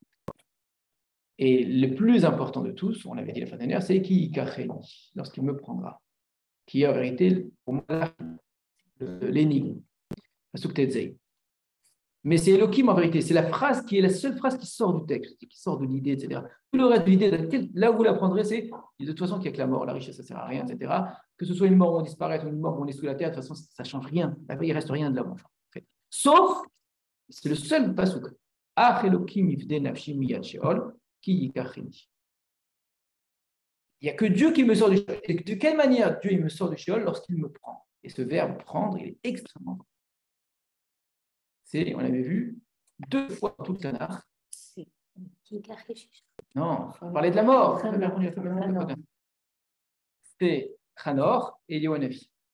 D'accord? Où on parle d'une mort qui est une prise, où Dieu a pris. Et dans les 2 cas, ça signifie quelque chose. Parce qu'on peut dire c'est une métaphore pour dire que Dieu a pris. D'accord? Il a été pris éternellement. Il a été pris sans qu'il ne meure. C'est ça que ça veut dire. Ça veut dire Hanor dit toujours? On dit Eliyahu. Ça voudrait dire quelque chose qui est, pour moi, j'en sais rien. D'accord? Je dis, il n'explique pas. Donc, c'est apprendre, je pense, véritablement au sens qu'on a compris dans le texte. Il y a une seule façon de sortir du Sheol, c'est que Dieu prenne. Quand il dit ça, il renvoie à quelque chose de précis qui est Hanor et Eliyahu, 2 exemples qui sont connus. Où la racine prendre est utilisée pour parler de la mort. Et là-bas, je vois pour dire une sorte de mort qui n'est pas une mort. C'est une disparition, d'accord, sans qu'il y ait mort. Donc, tous les gens qui croient qu'il va rester quelque chose d'eux, il ne restera rien du tout d'eux. La seule façon que, et il y a presque un désir, j'aimerais que Dieu me prenne, ni moi. Alors, tu sais quoi, quand tu vois les gens, ne t'inquiète pas, etc. Donc, la morale de l'histoire, on revient à quelque chose. Et avec cette pointe à la fin, Adam Bikar Velo Yavin, un homme Bikar, c'est presque un jeu de mots, Adam Bakar, presque, un homme bovin, un homme animal, d'accord? Adam Bikar, un homme qui est dans la richesse, etc. Velo Yavin et qui ne comprend pas. Mais qu'est-ce qu'il n'a pas compris en fait? Ce n'est pas juste qu'il ne réfléchit pas, ce n'est pas juste qu'il n'est pas chacham, qu'il n'a pas compris ma chida, qu'il n'a pas compris mon énigme que j'ai dite au pasuk Tetzaï. Avant, je disais Adam Bikar, Balialine, un homme dans la richesse, il ne dormira pas. Tout le monde a compris. Maintenant, ce que les gens n'ont pas compris, c'est que Adam, un homme qui n'a pas compris ce que je veux dire là, eh ben, il finira comme un animal. Juste, Beyerdou Bam Yesharim, tu as dit descendre. Non, je n'ai pas dit descendre, j'ai au contraire, j'ai dominé. Comme Bayirdu Bam Yesharim, les Radot V. Non, je n'ai pas dit sur les descendre. J'ai dit qu'il y en a qui traduisent comme ça, qui descendent, c'est-à-dire le matin, etc. Mais je pense que ça veut plus dire dominer. Il est déjà tard, mais je voulais quand même que rapidement, on regarde justement Bereshit. Regardez Bereshit, on va le faire. Alors, je ne vais pas parler de tout, mais c'est Sefer Toldot, chapitre 5. Voici les livres des engendrements de l'homme. Beyom, Bero Elohim, Adam, Bidmut Elohim, Asaoto. Le jour où Elohim a créé Adam, à l'image d'Elohim, il l'a fait. Ça reprend ce qu'on a déjà raconté dans les chapitres.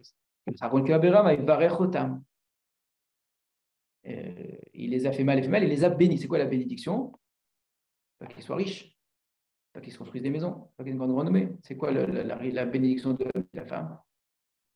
Ce qu'on a vu dans notre livre, la bracha, c'est la vie, de vivre, c'est savoir. Adam, il les a appelés Adam, le jour de leur création. Adam, et l'homme a vécu, 130 ans. Il a engendré selon son dmout, le mot dmout qu'on entend, il y a l'image de Dieu et l'image de l'homme, selon son tselem, selon son image. Il a appelé comment son fils? On saute les 2 premiers qui ont disparu. Comment il l'appelait? Chet. Où est-ce qu'on voit Chet chez nous? Chatou. On descend dans le Sheol, Chet. L'homme, ici en utilisant le verbe Chet, c'est-à-dire le seul humain qui va rester finalement de la création. Evel, il a été tué. Caïn, il va avoir des enfants qui vont s'informer avec le début, ils vont disparaître. La lignée qui va rester, c'est celle de Chet. Mais Chet, ça veut dire quoi? Ça veut dire descendre. Elle aussi, elle va disparaître finalement, pas dans le Maboul. Le mot Baboul, d'ailleurs, où est-ce qu'on le voit dans notre texte? Je ne l'ai pas montré, ça, celui-là. Les valotes, exactement, qui est vraiment la racine du mot Baboul. C'est vraiment. Les valotes, je vous ai dit, c'est Souram, leur image se dissipe, leur image se dégrade, le mot balote, d'accord? Maboul, ça veut dire ça, c'est toute la création, elle a été complètement dissoute. Voilà, le verbe que je cherchais déjà, dissoudre. Voilà, dissoudre, c'est la meilleure façon. Et vous entendez bien le mot Maboul là-dedans. Attends, j'ai juste pas sûr. Donc, Chet, il va où? Chet, le seul qui reste, bah, lui aussi, finalement, il va rien rester de lui, d'accord? Bah, you, il y a Adam Achari Olido et Pourquoi il Chet. va rester de chef? Parce qu'il y aura Maboul après. Non, c'est pour Caïn, pour Chet. Pourquoi? Parce que notre Télim va dire, lui, il va aller au Shéol. Chatou, on descend, on va au Shéol. Caïn et Ben, ils ont disparu. Voilà, eux, ils sont historiquement. Chet, voilà, il reste. C'est les êtres humains, maintenant, sont tous donc il existe l'humanité. Sauf que qu'est-ce qu'elle dit cette humanité dans notre Télim? On reprend le texte, c'est écrit. Mais Noir, il est descendant de Chet, non? Bien sûr, mais finalement, d'accord, Nous donc, tous. donc je le répète, et qui ont survécu au déluge, Katson, le château, ils sont comme un troupeau qui va, donc Chet, il va au Shéol. Donc ils auront survécu au Baboul, d'accord? Pour finir quoi dans le Shéol? Et qu'est-ce qui se passe dans le Shéol? Il écrit Betsuram, les Valot, Shéol, et ben le Shéol aussi c'est le Baboul.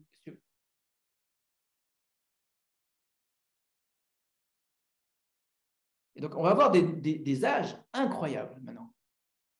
Donc après à 130 ans, il a eu Chet. Hein, et après, 800, c'est énorme. Donc je vous ai dit, on a l'impression que ce texte-là nous montre le côté spectaculaire de leur longévité, et on est censé être impressionné par ça.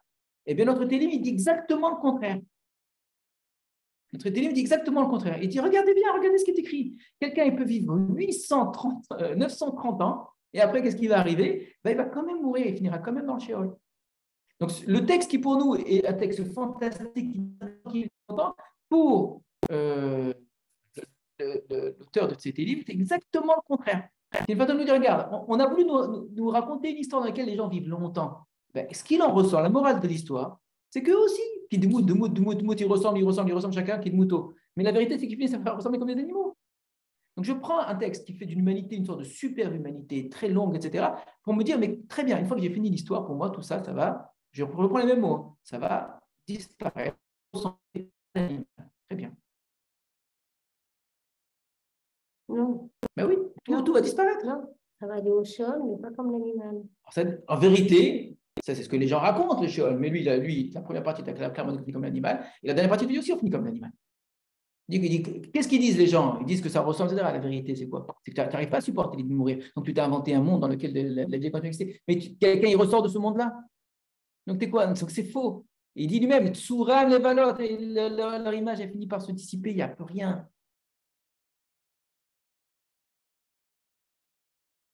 Alors tout ça, tous ces gens-là vivent et vivent. Le mot Yered, c'est un des noms de ces personnages. Chat, dans le même passouk. Hein. Regardez, vous avez, oui, dans le même passouk, il écrit Katson la Sheol Chatou, Mavet Irem, comme un troupeau vers le Sheol, il descend. J'ai vraiment cette image-là, de cette généalogie, vous avez des noms les uns après les autres. Etc. Tu me dis qu'ils ont vécu, mais moi ce que je vois, c'est plutôt, ils sont morts. Moi je vois la fin du passouk. Et comme quoi, les uns après les autres, comme un troupeau. Donc on a ici un troupeau devant nous. Kenan, Malalel, Yered, etc. Et j'utilise les mêmes mots, Chet et Yered, que j'ai dans ma généalogie, j'utilise ici pour dire que c'est ce troupeau-là qui descend au Sheol et qui va Yirduvam Yesharim, d'accord? Et on arrive à Chanor, justement, juste après Yered. On a eu Chet, on a eu Yered, on a Vaïchi Chanor, verset 21, Chamesh Veshishim Shana, Bayuled El Metushalar. Et Chanor a vécu 35 ans, après il a enfanté Metushalar. Là, tout d'un coup, comme chez nous, il y a le nom d'Elohim qui apparaît. Et qu'on parle de Chanor.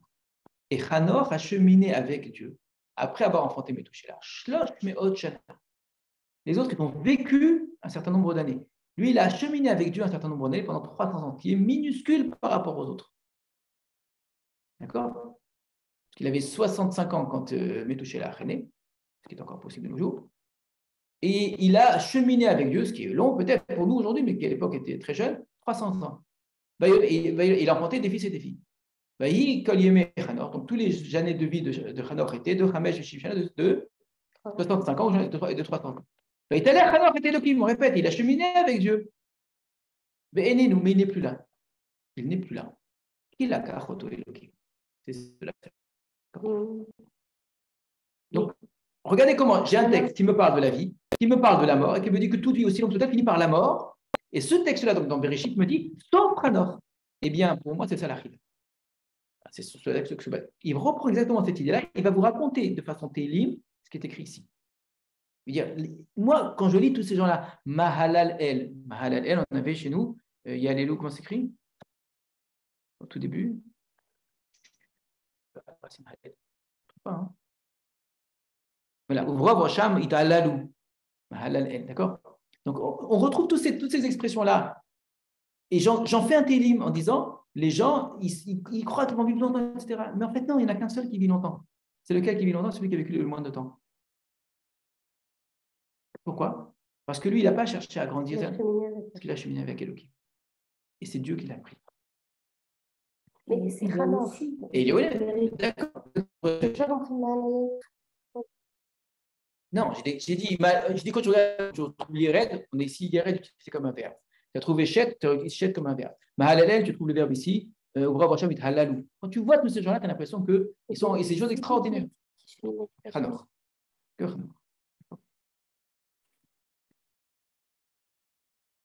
Et évidemment, on arrivera à Noir. Bon, bien. Alors, ça, c'est des images, vraiment, pour moi, tout ce texte, tout ce pérec-là, c'est le texte sous-jacent de notre texte. Prenez le chapitre d'avant, vous trouverez les fameux Kinor dont on a parlé.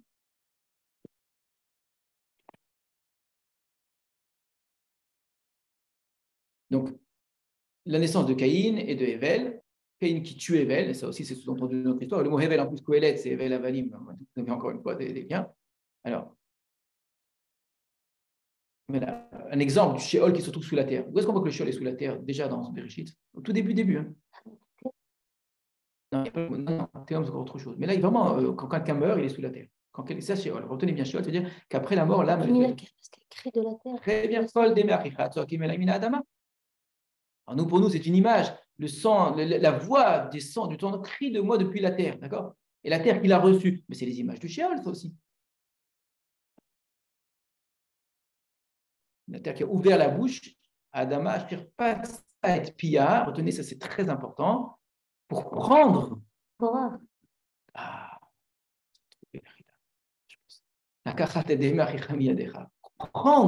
le verbe prendre.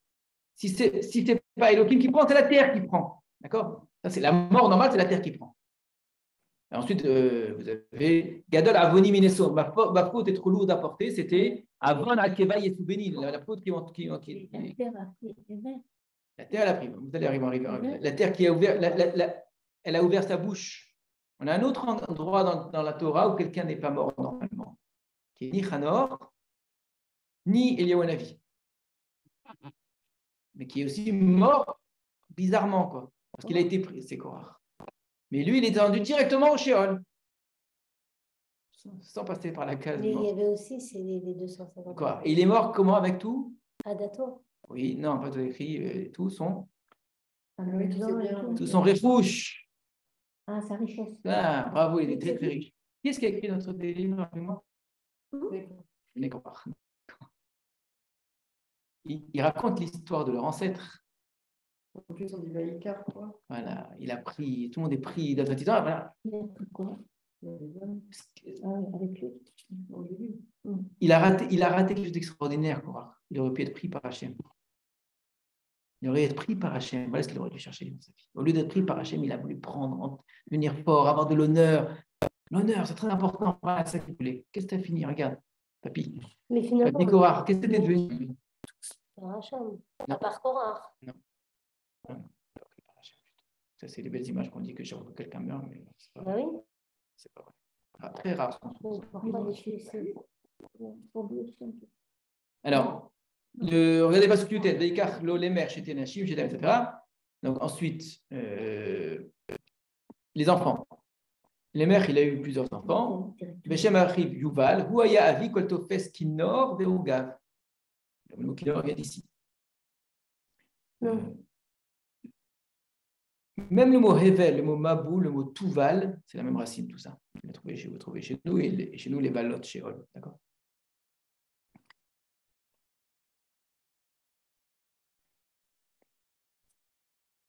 Alors, c'est quoi la chida en question?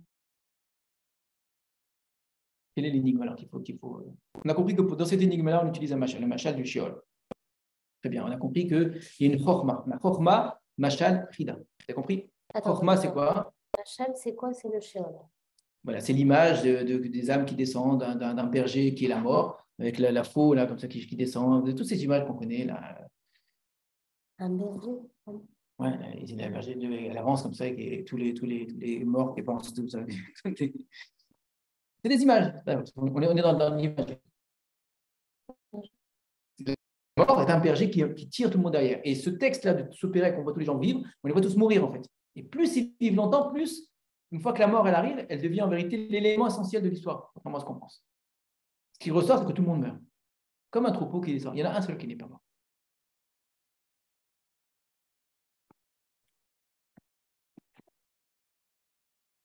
Alors, celui qui n'est pas, c'est Hanor, parce qu'il a été pris par Dieu. L'autre qui n'est pas mort plus tard sera Eliwanavi, parce qu'il a été pris par Dieu.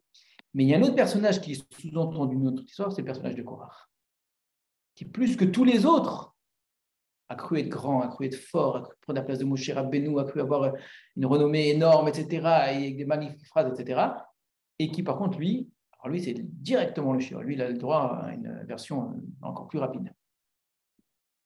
Et ce sont les Bnei Korach qui racontent cette histoire-là. En fait, c'est bien qu'il a été pris par Hachem. Comment? C'est bien qu'il a été auto-éloqué. Qui? C'est bien ça. Hachem, il avait pris Hanor. Oui, bien sûr, je répète, c'est la meilleure chose, c'est la seule chose bien. Elohim, il n'y a que ça qui est bien d'ailleurs. Donc c'est bien que Korach, il a été aussi. Non, il n'a pas été pris par Hachem, lui. Oui, il a écrit qu'il a fait. Non, c'est lui qui a pris. Lui, il a pris. Avec Korach, il n'a pas du tout été pris. Je te dis, il y a un premier des personnages qui, lui, n'est pas justement, qui sont les deux pôles, si vous voulez, les deux extrêmes. Il y a celui qui a cru être fort, important, ça. Et puis il y a ceux qui sont très discrets. Eliyahu, il n'est vraiment pas dans la richesse. Il vit comme un sauvage, dans des grottes.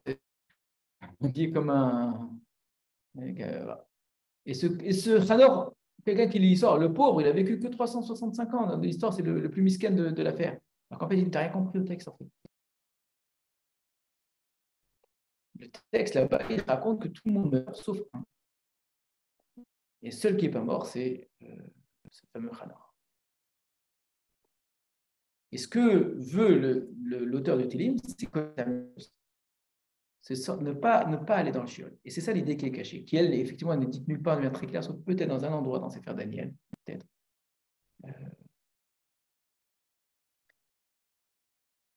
C'est quoi ce qu'on appelle dans l'Amaba, le paradis, etc. etc. Moi, je n'ai pas compris. C'est normal. C'est normal.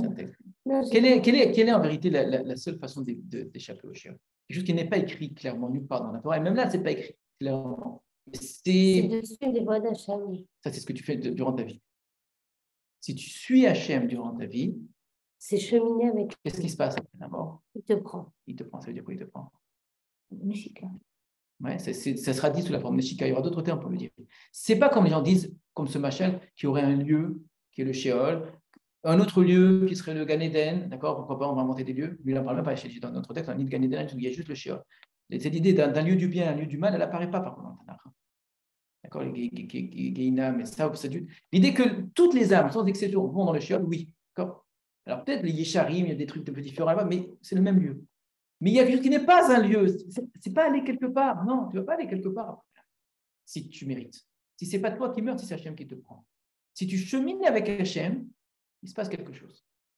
C'est ça qu'il faut comprendre. Qu'Hachem te prend.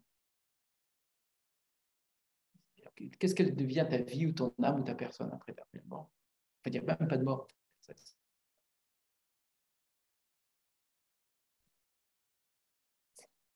C'est le retour à la création. C'est le Tselem Elohim. C'est la ressource. Tu viens en Hachem.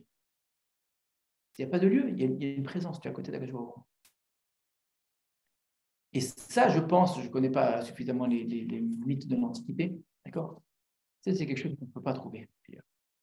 Et quelque chose qu'on ne peut pas dire non plus. Il n'ose pas le dire clairement. Il l'explique. Il dit qu'après la mort, ceux qui le méritent, mais ils sont très rares, très rares. Il y en a deux dans le Tanakh. Écrit, il y en a d'autres qui diront que il n'y en avait pas que deux, en fait, que Ishaï, le père de David, d'autres encore, il y en a eu d'autres. C'est rare, Patacher, il y a que quelqu'un qui, durant sa vie, est avec Dieu, durant sa mort, il sera avec Dieu. Il est mitalaire, il chemine avec Dieu. Celui qui choisit Dieu durant la vie, eh bien, sa vie continuera auprès de Dieu. Ça veut dire quoi? Dieu, ce n'est pas un lieu, attention. Dieu, ce n'est pas un endroit, ce n'est pas un espace, ce n'est pas un temps. Mais il est pris dans le divin. Mais ça, je ne peux pas dire. Ça, c'est Chida. Là, il y a quelque chose d'énigmatique que je ne peux pas dire. Il n'y a pas d'image. Je vais faire très attention, pas utiliser d'image. Mais je ne vais pas dire qu'il y a un Gan Eden avec des beaux arbres et de l'eau qui coule et les gens sont assis comme ça en train de... Alors, cette idée d'être avec Dieu, elle va être ensuite dit de manière métaphorique dans la Gemara, dans plein de choses, où les tzadikim vont être nénim, miziv, ashrina, vont profiter de l'éclat de la... Mais ça n'a rien à voir avec un lieu qu'on appelle un paradis. Il n'y a pas un endroit dans lequel les âmes... non. Ça veut dire qu'après la mort, il y a la vie humaine qui aura mérité cela, se retrouve en Dieu. Elle s'unit avec Akadosh Baruch.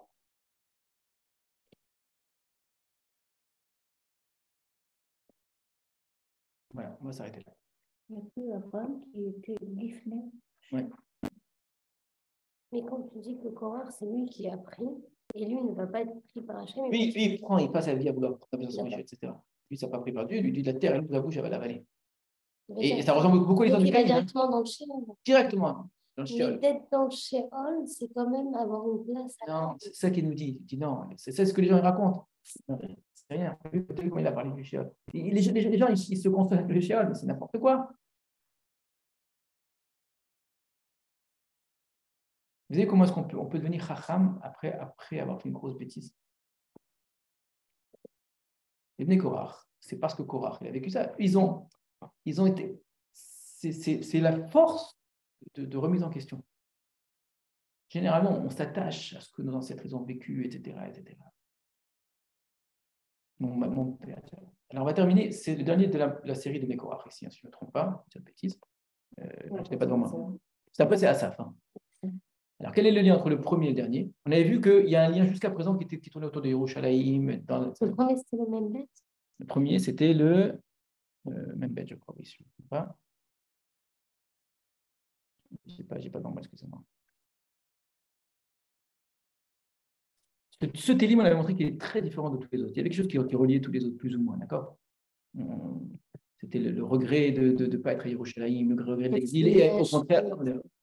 Bon, ouais, c'est ça. C'était quoi le même bête? C'était...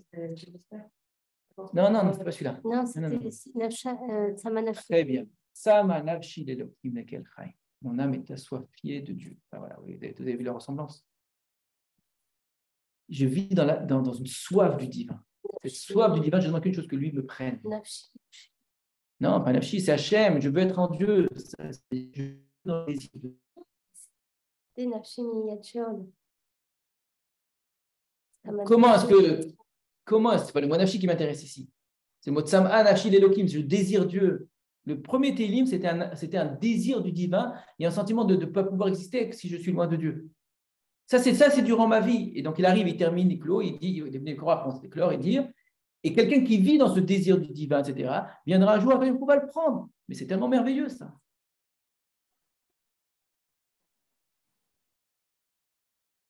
C'est bon.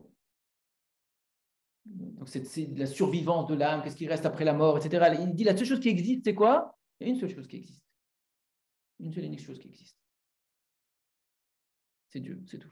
Tout le reste n'existe pas. Donc, tu veux exister, vis en Dieu durant ta vie et ensuite durant la suite de ta vie. Ça, c'est ce désir que Ayal Tahor, comme le Ayal, comme la biche qui cherche les cours d'eau. Je cherche cette vie. La vie, elle est là, elle est en Kadosh Baruch Hu. Et alors, il termine de manière forte parce qu'il va parler de ce qui est le plus dur. Et oui, mais quand il y a la mort, là, il n'y a vraiment plus, j'ai plus rien. Il dit non. Quand il y a la mort, c'est peut-être le moment où tu peux retrouver Kadosh Baruch Hu, mais encore plus forte. Mais c'est pas tout le monde. Il faut y croire. Non, il ne faut pas y croire, il faut le faire. Ça ne sert à rien d'y croire. C'est bizarre que même les avots n'ont pas le droit On ne le dit pas comme ça. On ne dit pas comme ça. à... On ne dit pas ça, on dit ça de Hanor. Au contraire, on dit les Sfoa à la Botam, ils sont retournés vers leur père. Il y a une Mara qui va dire que Jacob n'est pas mort. Mais la Gemara va se moquer, c'est le seul dont on dit que non seulement qu'il est mort, qu'il a même été embaumé. Il y a d'autres façons d'exister. Ça, il faut jamais prendre une chose comme une totalité. Il existe aussi d'une autre façon. Les Havot existent, sont vivants les Havot. Mais pas en Dieu, en nous. C'est très important cette idée. L'âme Israël, ce sont les Havot. Israël, c'est nous. L'âme Israël. Israël, il est encore vivant. Donc, le Hanor, c'est qu'il n'a pas fait un peuple, il n'a pas Yahweh non plus. Ils se sont mus en Dieu, je ne sais pas comment traduire, ils ne sont pas devenus des dieux, ils sont entrés en Dieu. Voilà. Je pense qu'on a, à mon avis, touché ce qu'était la Frida. Il y a plein de choses cachées au sens Kushin très dur qu'on n'a pas vu non plus. Et, voilà. À bientôt. Alors, je ne sais pas si les semaines prochaines on va faire. Je pense qu'on a les uns les autres beaucoup travaillé avant Pessah. Et puis, j'ai aussi les cours de Pessah préparés. On n'est pas là, nous, Shabbat. Shabbat après. Pour l'instant, on est là pour les semaines. Mais par contre, je ne sais pas si on aura cours. Je pense pas. Je pense. Voilà, à très bientôt. Au revoir.